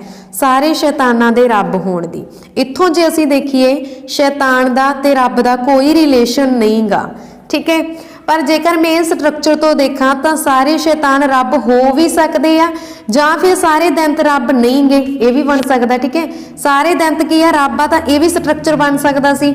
ਤਾਂ ਉਸ ਦੇ ਕੋਰਸਪੋਂਡਿੰਗ ਜੇ ਅਸੀਂ ਦੇਖੀਏ ਕਿ ਜਿਹੜੇ ਸਾਰੇ ਦੈਂਤ ਸ਼ੈਤਾਨ ਆ, ਸਾਰੇ ਸ਼ੈਤਾਨ ਆ, ਉਹ ਰੱਬ ਹੋ ਵੀ ਸਕਦੇ ਆ, ਨਹੀਂ ਵੀ ਹੋ ਸਕਦੇ। ਜਿੱਥੇ ਹੋ ਵੀ ਸਕਦਾ, ਨਹੀਂ ਵੀ ਹੋ ਸਕਦਾ, ਉੱਥੇ ਸੰਭਾਵਨਾ ਪੈਦਾ ਹੋ ਜਾਂਦੀ ਆ। ਤਾਂ ਮਤਲਬ ਪਹਿਲਾ ਕਥਨ ਠੀਕ ਆ। ਹੁਣ ਅੱਗੇ ਕੁਝ ਸ਼ੈਤਾਨ ਰੱਬ ਹਨ। ਕੁਝ ਸ਼ੈਤਾਨ ਆ ਜਿਹੜੇ ਉਹ ਰੱਬ ਹਨ। ਤਾਂ ਜਿਹੜੇ ਕੁਝ ਸ਼ੈਤਾਨ ਆ ਇਹਨਾਂ ਦੇ ਵਿੱਚੋਂ ਪਹਿਲੇ ਸਟਰਕਚਰ ਤੋਂ ਦੇਖੀਏ ਤਾਂ ਇੱਥੇ ਕੀ ਆ, ਪਹਿਲਾ ਸਟਰਕਚਰ ਕਹਿ ਰਿਹਾ ਨਹੀਂਗੇ। ਠੀਕ ਹੈ, ਦੂਜਾ ਸਟਰਕਚਰ ਕਹਿ ਰਿਹਾ ਕਿ ਸਾਰੇ ਹੀ ਸ਼ੈਤਾਨ ਰੱਬ ਆ, ਸਾਰੇ ਹੀ ਸ਼ੈਤਾਨ ਰੱਬ ਆ। ਦੂਜਾ ਸਟਰਕਚਰ ਗ੍ਰੀਨ ਵਾਲਾ, ਪਰ ਜੈਲੋ ਦੇ ਕੋਰਸਪੋਂਡਿੰਗ ਚੱਲੀਏ ਤਾਂ ਇਹ ਕਹਿ ਰਿਹਾ ਕਿ ਕੋਈ ਵੀ ਨਹੀਂਗਾ। ਤਾਂ ਦੈਟ ਮੀਨਸ ਇਹ ਕਥਨ ਸਾਡਾ ਫੋਲੋ ਨਹੀਂ ਕਰਦਾ, ਸਿਰਫ ਪਹਿਲਾ ਹੀ ਫੋਲੋ ਕਰਦਾ ਏ। ਜਦੋਂ ਪਹਿਲਾ ਫੋਲੋ ਕਰਦਾ ਤਾਂ ਆਪਸ਼ਨ ਦੇਖ ਲਓ ਕਿਹੜੀਆਂ ਕਿਹੜੀਆਂ ਦਿੱਤੀਆਂ ਹੋਈਆਂ ਨੇ ਤੁਹਾਨੂੰ। ਹਾਂਜੀ, ਆਪਸ਼ਨ ਦੇ ਵਿੱਚ ਜਿਹੜੀਆਂ ਦਿੱਤੀਆਂ ਨੇ ਉਹ ਤੁਹਾਨੂੰ ਦਿੱਤੀ ਹੈ ਕਿ ਕੇਵਲ ਸਿੱਟਾ 1 ਪਾਲਣਾ ਕਰਦਾ ਏ, ਤਾਂ ਅਸੀਂ 1 ਲਗਾਤਾ। ਠੀਕ ਹੈ ਜੀ, ਅਗਲਾ ਪ੍ਰਸ਼ਨ ਆ। ਹੇਠਾਂ ਦਿੱਤੀ ਲੜੀ ਨੂੰ ਲੁਪਤ ਲੜੀ ਦਾ ਜਿਹੜਾ ਪਦ ਲੱਭਣਾ ਵਾ, ਤਾਂ ਮਤਲਬ ਕੀ ਆ ਕਿ ਨੰਬਰ ਆਫ ਟਰਮਸ ਜਿਹੜੀ ਲੁਪਤ ਆ ਉਹ ਤੁਸੀਂ ਲੱਭਣੀ ਆ। ਸਭ ਤੋਂ ਪਹਿਲਾਂ ਦਿੱਤਾ PQ, ਫਿਰ ਦਿੱਤਾ VW। ਹੁਣ ਦੇਖੋ PQ ਤੋਂ ਬਾਅਦ ਵਾਲਾ ਤਾਂ ਅਸੀਂ ਲੱਭਣਾ ਨਾ, ਤਾਂ VW ਤੋਂ ਬਾਅਦ ਵਾਲਾ ਦੇਖ ਲਓ ਕਿ ਇਹਦੇ ਤੇ ਕਿਹੜਾ ਪ੍ਰੋਸੈਸ ਲੱਗ ਰਿਹਾ, VW XYZ। ਮੈਂ ਤਾਂ ABC ਲਿਖ ਲਈ, ਤੁਸੀਂ ਕੋਡ ਵੀ ਦੇ ਸਕਦੇ ਹੋ। ਠੀਕ ਹੈ, ਹੁਣ ਇਹ ਦੇਖਣ ਤੋਂ ਬਾਅਦ ਮੈਨੂੰ ਇਹ ਪਤਾ ਲੱਗ ਰਿਹਾ ਵਾ ਕਿ ਉਹਨਾਂ ਨੇ ਕੀ ਕੀਤਾ ਹੋਇਆ, VW ਸੀਰੀਜ਼ ਲੈ ਲਈ, YZ ਲੈ ਲਿਆ, X ਛੱਡਤਾ। ਤਾਂ ਮੈਂ ਸਿੱਧਾ ਹੀ PQ ਲਿਖ ਲੈਂਦੀ ਆ, PQRST। ਠੀਕ ਹੈ ਜੀ, ਹੁਣ ਜਦੋਂ ਮੈਂ ਇਹ ਪ੍ਰੋਸੈਸ, ਇਹੀ ਜਿਹੜੀ ਸੀਰੀਜ਼ ਬਣ ਰਹੀ ਹੈ ਨਾ, ਇਹ ਚੈਨ ਬਣ ਰਹੀ ਹੈ ਇੱਕ, ਇਹ ਪ੍ਰੋਸੈਸ ਨੂੰ ਜਦੋਂ ਮੈਂ ਆ ਪਹਿਲੇ ਤੇ ਲਗਾਵਾਂ ਤਾਂ ਮੇਰੇ ਕੋਲੇ PQ ਤਾਂ ਦਿੱਤਾ ਹੀ ਹੋਇਆ, ਮੈਂ ਇਹਦੇ ਕੋਰਸਪੋਂਡਿੰਗ ਜਿਵੇਂ ਇਹਨੇ ਕੀਤਾ ਹੋਇਆ ਨਾ, ਇੱਥੇ R ਛੱਡਤੀ ਇਹਦੀ ਰੀਸ ਨਾਲ, ਮਗਰ ਕੀ ਬਣ ਗਿਆ ST। ਤਾਂ ਅਸੀਂ ST ਲਗਾ ਦੇਵਾਂਗੇ ਕਿ PQ ਤੋਂ ਬਾਅਦ ST ਹੋ ਜਾਊਗਾ। ਤਾਂ ਆਪਸ਼ਨ A ਇੱਥੇ ਰਾਈਟ ਆਨਸਰ ਹੈ। ਅਗਲਾ ਪ੍ਰਸ਼ਨ, ਜੇਕਰ MN ਦੇ ਪੁੱਤਰ ਦੀ ਮਾਂ ਦਾ ਭਰਾ ਹੈ। ਹਾਂਜੀ, ਮੈਂ ਤੁਹਾਨੂੰ ਆਲਰੇਡੀ ਕਰਵਾ ਚੁੱਕੀ ਹਾਂ ਬਲੱਡ ਰਿਲੇਸ਼ਨ ਬਹੁਤ ਚੰਗੀ ਤਰ੍ਹਾਂ ਬੋਰਡ ਦੇ ਉੱਪਰ, ਤੁਸੀਂ ਕਰ ਸਕਦੇ ਹੋ ਚੈਨਲ ਤੇ ਵਿਜ਼ਿਟ ਕਰਕੇ। ਉਹਨੇ ਬੋਲਿਆ ਜੇਕਰ MN ਦੇ ਪੁੱਤਰ ਦੀ ਮਾਂ ਦਾ ਭਰਾ ਹੈ। ਹੁਣ ਦੇਖੋ M, ਪਹਿਲਾਂ ਆਪਾਂ N ਦੀ ਗੱਲ ਕਰਦੇ ਹਾਂ। N ਦੇ ਪੁੱਤਰ, N ਦਾ ਪੁੱਤਰ ਹੇਠਾਂ ਦੀ ਜਨਰੇਸ਼ਨ ਆ ਗਿਆ, N ਦਾ ਪੁੱਤਰ। ਠੀਕ ਹੈ, N ਦਾ ਪੁੱਤਰ, ਫਿਰ N ਦੇ ਪੁੱਤਰ ਦੀ ਮਾਂ। N ਦੇ ਪੁੱਤਰ ਦੀ ਮਾਂ ਕੌਣ ਹੋਈ, N ਦੀ ਘਰ ਵਾਲੀ ਹੋਈ, N ਦੀ ਵਾਈਫ ਹੋਈ। ਠੀਕ ਹੈ, ਤਾਂ ਇੱਥੇ ਹੋ ਗਈ ਇਹਦੀ ਵਾਈਫ N ਦੀ। ਠੀਕ ਹੈ ਜੀ, ਜਿਹਨੂੰ ਅਸੀਂ ਪਲੱਸ ਨਾਲ ਡਿਨੋਟ ਕਰ ਦਿੰਦੇ ਹਾਂ। ਇਹਨਾਂ ਦਾ ਮਜ਼ਬੂਤ ਰਿਸ਼ਤਾ, ਪਤੀ ਪਤਨੀ ਦਾ ਰਿਸ਼ਤਾ ਹੈ। ਠੀਕ ਹੈ, ਇਸ ਕਰਕੇ ਮੈਂ 2 ਐਰੋ ਬਣਾਤੇ। ਤੇ इत्थों मैनूं ये तो पता लग गया कि जिहड़ा एन आ वो की आ मेल आ, माँ तो फीमेल हो गई, प्लस नाल डिनोट करता। पुत्तर नूं असीं पुत्तर नूं प्लस नाल डिनोट करते हैं, फीमेल नूं माइनस नाल करते हैं, ठीक है, मेल नूं प्लस नाल। हुण अगे उन्हें बोलिया जेकर एम एन दे पुत्तर दी माँ दा भरा है। हुण माँ दा भरा बराबर दी जनरेशन जी आ गया ना, एम भरा भी की आ मेल आ, ਤਾਂ एम ਦਾ एन नाल की रिश्ता, एम ਦਾ एन नाल की रिश्ता, एम की होया फिर एम ਦਾ एन नाल की रिश्ता होया, एन आ जिहड़ा एन दी पत्नी, एन ਦਾ एम नाल की रिश्ता वा, एन दी पत्नी दा भरा वा ना एम, तो असीं ला देवांगे option B is the right answer. वैसे तो भैन दा पति भी राइट बन सकदा वा, ठीक है, इहदे कोरस्पोंडिंग उहने तुसीं ध्यान इत्थे तुसीं ध्यान दोगे कि उन्हें पूछया की है एम दा एन नाल की रिश्ता है। साडा स्ट्रक्चर बनिया सी ए वाला, पुत्तर आ गया सी हेठा, इत्थे सीगी ओहदी वाइफ पई, ठीक है, वाइफ नूं आपां कोई भी नाम दे दो, पी दे दो, उस तो बाद नाल की पिया वा एम, ठीक है। तो इत्थे की आपां कह सकदे हां कि एन दा इहदे नाल की रिश्ता होया कि ओहदी वाइफ दा भरा वा एम, ठीक है। अगे आ जी 6 दोस्त P Q R S T अते यू दी उमर ਵੱਖ-ਵੱਖ है, ठीक है, ਵੱਖ-ਵੱਖ ਦਿੱਤੀ ਹੋਈ ਆ उमर। क्यों तो ਜਿਹੜੇ ਵੱਡੇ ਵਿਅਕਤੀਆਂ ਦੀ ਸੰਖਿਆ ਵਾ ਉਹ ਇਸ ਤੋਂ ਛੋਟੇ ਵਿਅਕਤੀਆਂ ਦੀ ਸੰਖਿਆ ਦਾ 3 ਗੁਣਾ ਹੈ। ਹੁਣ क्यों ਤੋਂ ਜਿਹੜੇ ਵੱਡੇ ਵਿਅਕਤੀ ਆ, क्यों ਤੋਂ ਵੱਡੇ ਵਿਅਕਤੀਆਂ ਦੀ ਗਿਣਤੀ ਇਸ ਤੋਂ ਛੋਟੇ ਵਿਅਕਤੀਆਂ ਦੀ ਸੰਖਿਆ ਦਾ 3 ਗੁਣਾ ਹੈ। ਇਸ ਦਾ ਮਤਲਬ ਕੀ ਬਣਿਆ कि इस ਲਈ सिर्फ एक ही व्यक्ति इस तो छोटा है, यही बनया ना कि क्योंकि व्यक्ति किन्ने ने 6 आ, ठीक है। तो क्यों तो वड्डे व्यक्तियों की जिहड़ी संख्या वा वो इस तो छोटे व्यक्तियों की संख्या का 3 गुणा है। तो इसका मतलब ये हो गया कि जिहड़े सिर्फ एक ही व्यक्ति है इस तरह का वा जिहड़ा इस तो छोटा है, मैं इत्थे बना ली एस, अते 3 व्यक्ति की होणगे क्यों तो ਵੱਡੇ होणगे, 3 व्यक्ति की होणगे क्यों तो ਵੱਡੇ होणगे। अगली लाइन देखते हैं, पी इस तो भी छोटा है, हुण एक ही व्यक्ति सी जिहड़ा इस तो छोटा है वो निकल गया पी। अगे पी इस तो छोटा है, यू आर तो भी छोटा वा, हुण यू दिता होया कोई जिहड़ा की आ यू आ जिहड़ा वो की आ आर तो छोटा है, पर आर तो छोटा तो आर उपर हो गई, पर किहदे तो वड्डा है, पर टी तो वड्डा है, पर टी तो वड्डा है, तो इत्थे आ गई टी। आ बन गया जी स्ट्रक्चर। हुण देखदे अगे उन्हें पुछया गया तो दूजा सब तो वड्डा व्यक्ति कौन आ, तो दूजे नंबर ते देख लो सब तो वड्डा आर, फिर छोटा यू, तो दूजे नंबर ते वड्डा वा जिहड़ा वो यू आ। Option C is the right answer, ठीक है जी। अगला प्रश्न, हेठां दित्तियां विचों किहड़ी उत्तर किरती प्रश्न किरती दी लड़ी नूं पूरा करदी है। हाँ जी, प्रश्न किरती दी लड़ी नूं किहड़ी लड़ी पूरा करदी है। सब तो पहला देखो तुसीं, पहला ही स्टार, ये हो गया रोटेट हो रहा ना, घूम रहा वा, दूजे डब्बे च जाके ये बन गया, दूजे जाके डब्बे ते ये चलिया गया तां उपर, ठीक है, ਇਹਦੀ जगह ते हैगी ट्रायंगल, देख सकते हो तुसीं, ठीक है। फिर ये घूम गया, रोटेट हो गया, तो इत्थे बन गया फिर स्टार हेठां आ गया। ਜਦੋਂ अगले च जावांगे तो सब तो हेठां आ जाना, इत्थे घूम के ने इत्थे आ जाना, ठीक है, इत्थे बन गया स्टार। हुण स्टार तो हेठां सारियां ऑप्शनां च ही पिया वा, ठीक है। हुण सवाल ये पैदा हुंदा कि स्टार तो हेठां सारे ऑप्शनां च ही आ, इत्थे किहड़ी ऑप्शन आऊगी। देखो फिर तुसीं जिवें ही स्टार रोटेट होया स्टार बन गया इत्थे, ठीक है, स्टार बन गया इत्थे, आपां अलग बना लैंदे आ, ठीक है। स्टार जो रोटेट होया, पहला रोटेट होया उपर चलिया गया, फिर रोटेट होया इधर आ गया, फिर जो रोटेट हो गया इधर बन गया स्टार। स्टार जिमें ही रोटेट होवेगा तो तुसीं देख सकते हो कि जिहड़ा तीर आ उहदा मूँह उपर नूं हो जाऊगा, ठीक है। जिमें ही तीर दा फेस उपर नूं होऊगा तो नाल ही नाल जिहड़ा सर्कल आ उहदा फेस भी उपर नहीं होऊगा, उपर, क्योंकि सारे सर्कल दे विच जिहड़ा सर्कल आ वो की आ उपर बनिया होया, पानी उपर पिया सर्कल दे, ठीक है। उस तो बाद देखो, उस तो बाद किहड़ी रह गई ट्रायंगल, तां ही बन गई। सारियां च यही स्ट्रक्चर बन रहा, हुण तुसीं देख सकते हो आप। तां मेनली गल ये आ कि जिहड़ी फुटबॉल पई आ, जिहड़ी फुटबॉल पई आ उहदा पानी उपर चाहिदा, तो ऑप्शन ए च ही आ, ये स्ट्रक्चर ऑप्शन ए च ही बन रहा जो रोटेट हो रहे आ ये, ਠੀਕ ਹੈ ਜੀ, ਇਹ ਸੀਗੇ ਸਾਡੇ 40 ਸਵਾਲ ਜਿਹੜੇ ਕਿ ਪੂਰੇ ਹੋ ਚੁੱਕੇ ਆ। ਹਾਂਜੀ, ਇਹ ਮੌਕ ਟੈਸਟ ਤੁਹਾਨੂੰ ਕਿਸ ਤਰ੍ਹਾਂ ਦਾ ਲੱਗਿਆ ਕਿਰਪਾ ਕਰਕੇ ਕਮੈਂਟ ਬਾਕਸ ਦੇ ਵਿੱਚ ਜ਼ਰੂਰ ਦੱਸ ਦੇਣਾ। ਜੇਕਰ ਤੁਹਾਨੂੰ ਵੀਡੀਓ ਚੰਗੀ ਲੱਗੀ ਹੋਵੇ ਤਾਂ ਪਲੀਜ਼ ਵੀਡੀਓ ਨੂੰ ਜਿੰਨਾ ਹੋ ਸਕੇ ਵੱਧ ਤੋਂ ਵੱਧ ਸ਼ੇਅਰ ਜ਼ਰੂਰ ਕਰ ਦੇਣਾ। ਧੰਨਵਾਦ ਜੀ, ਥੈਂਕਸ ਫॉर ਵਾਚਿੰਗ।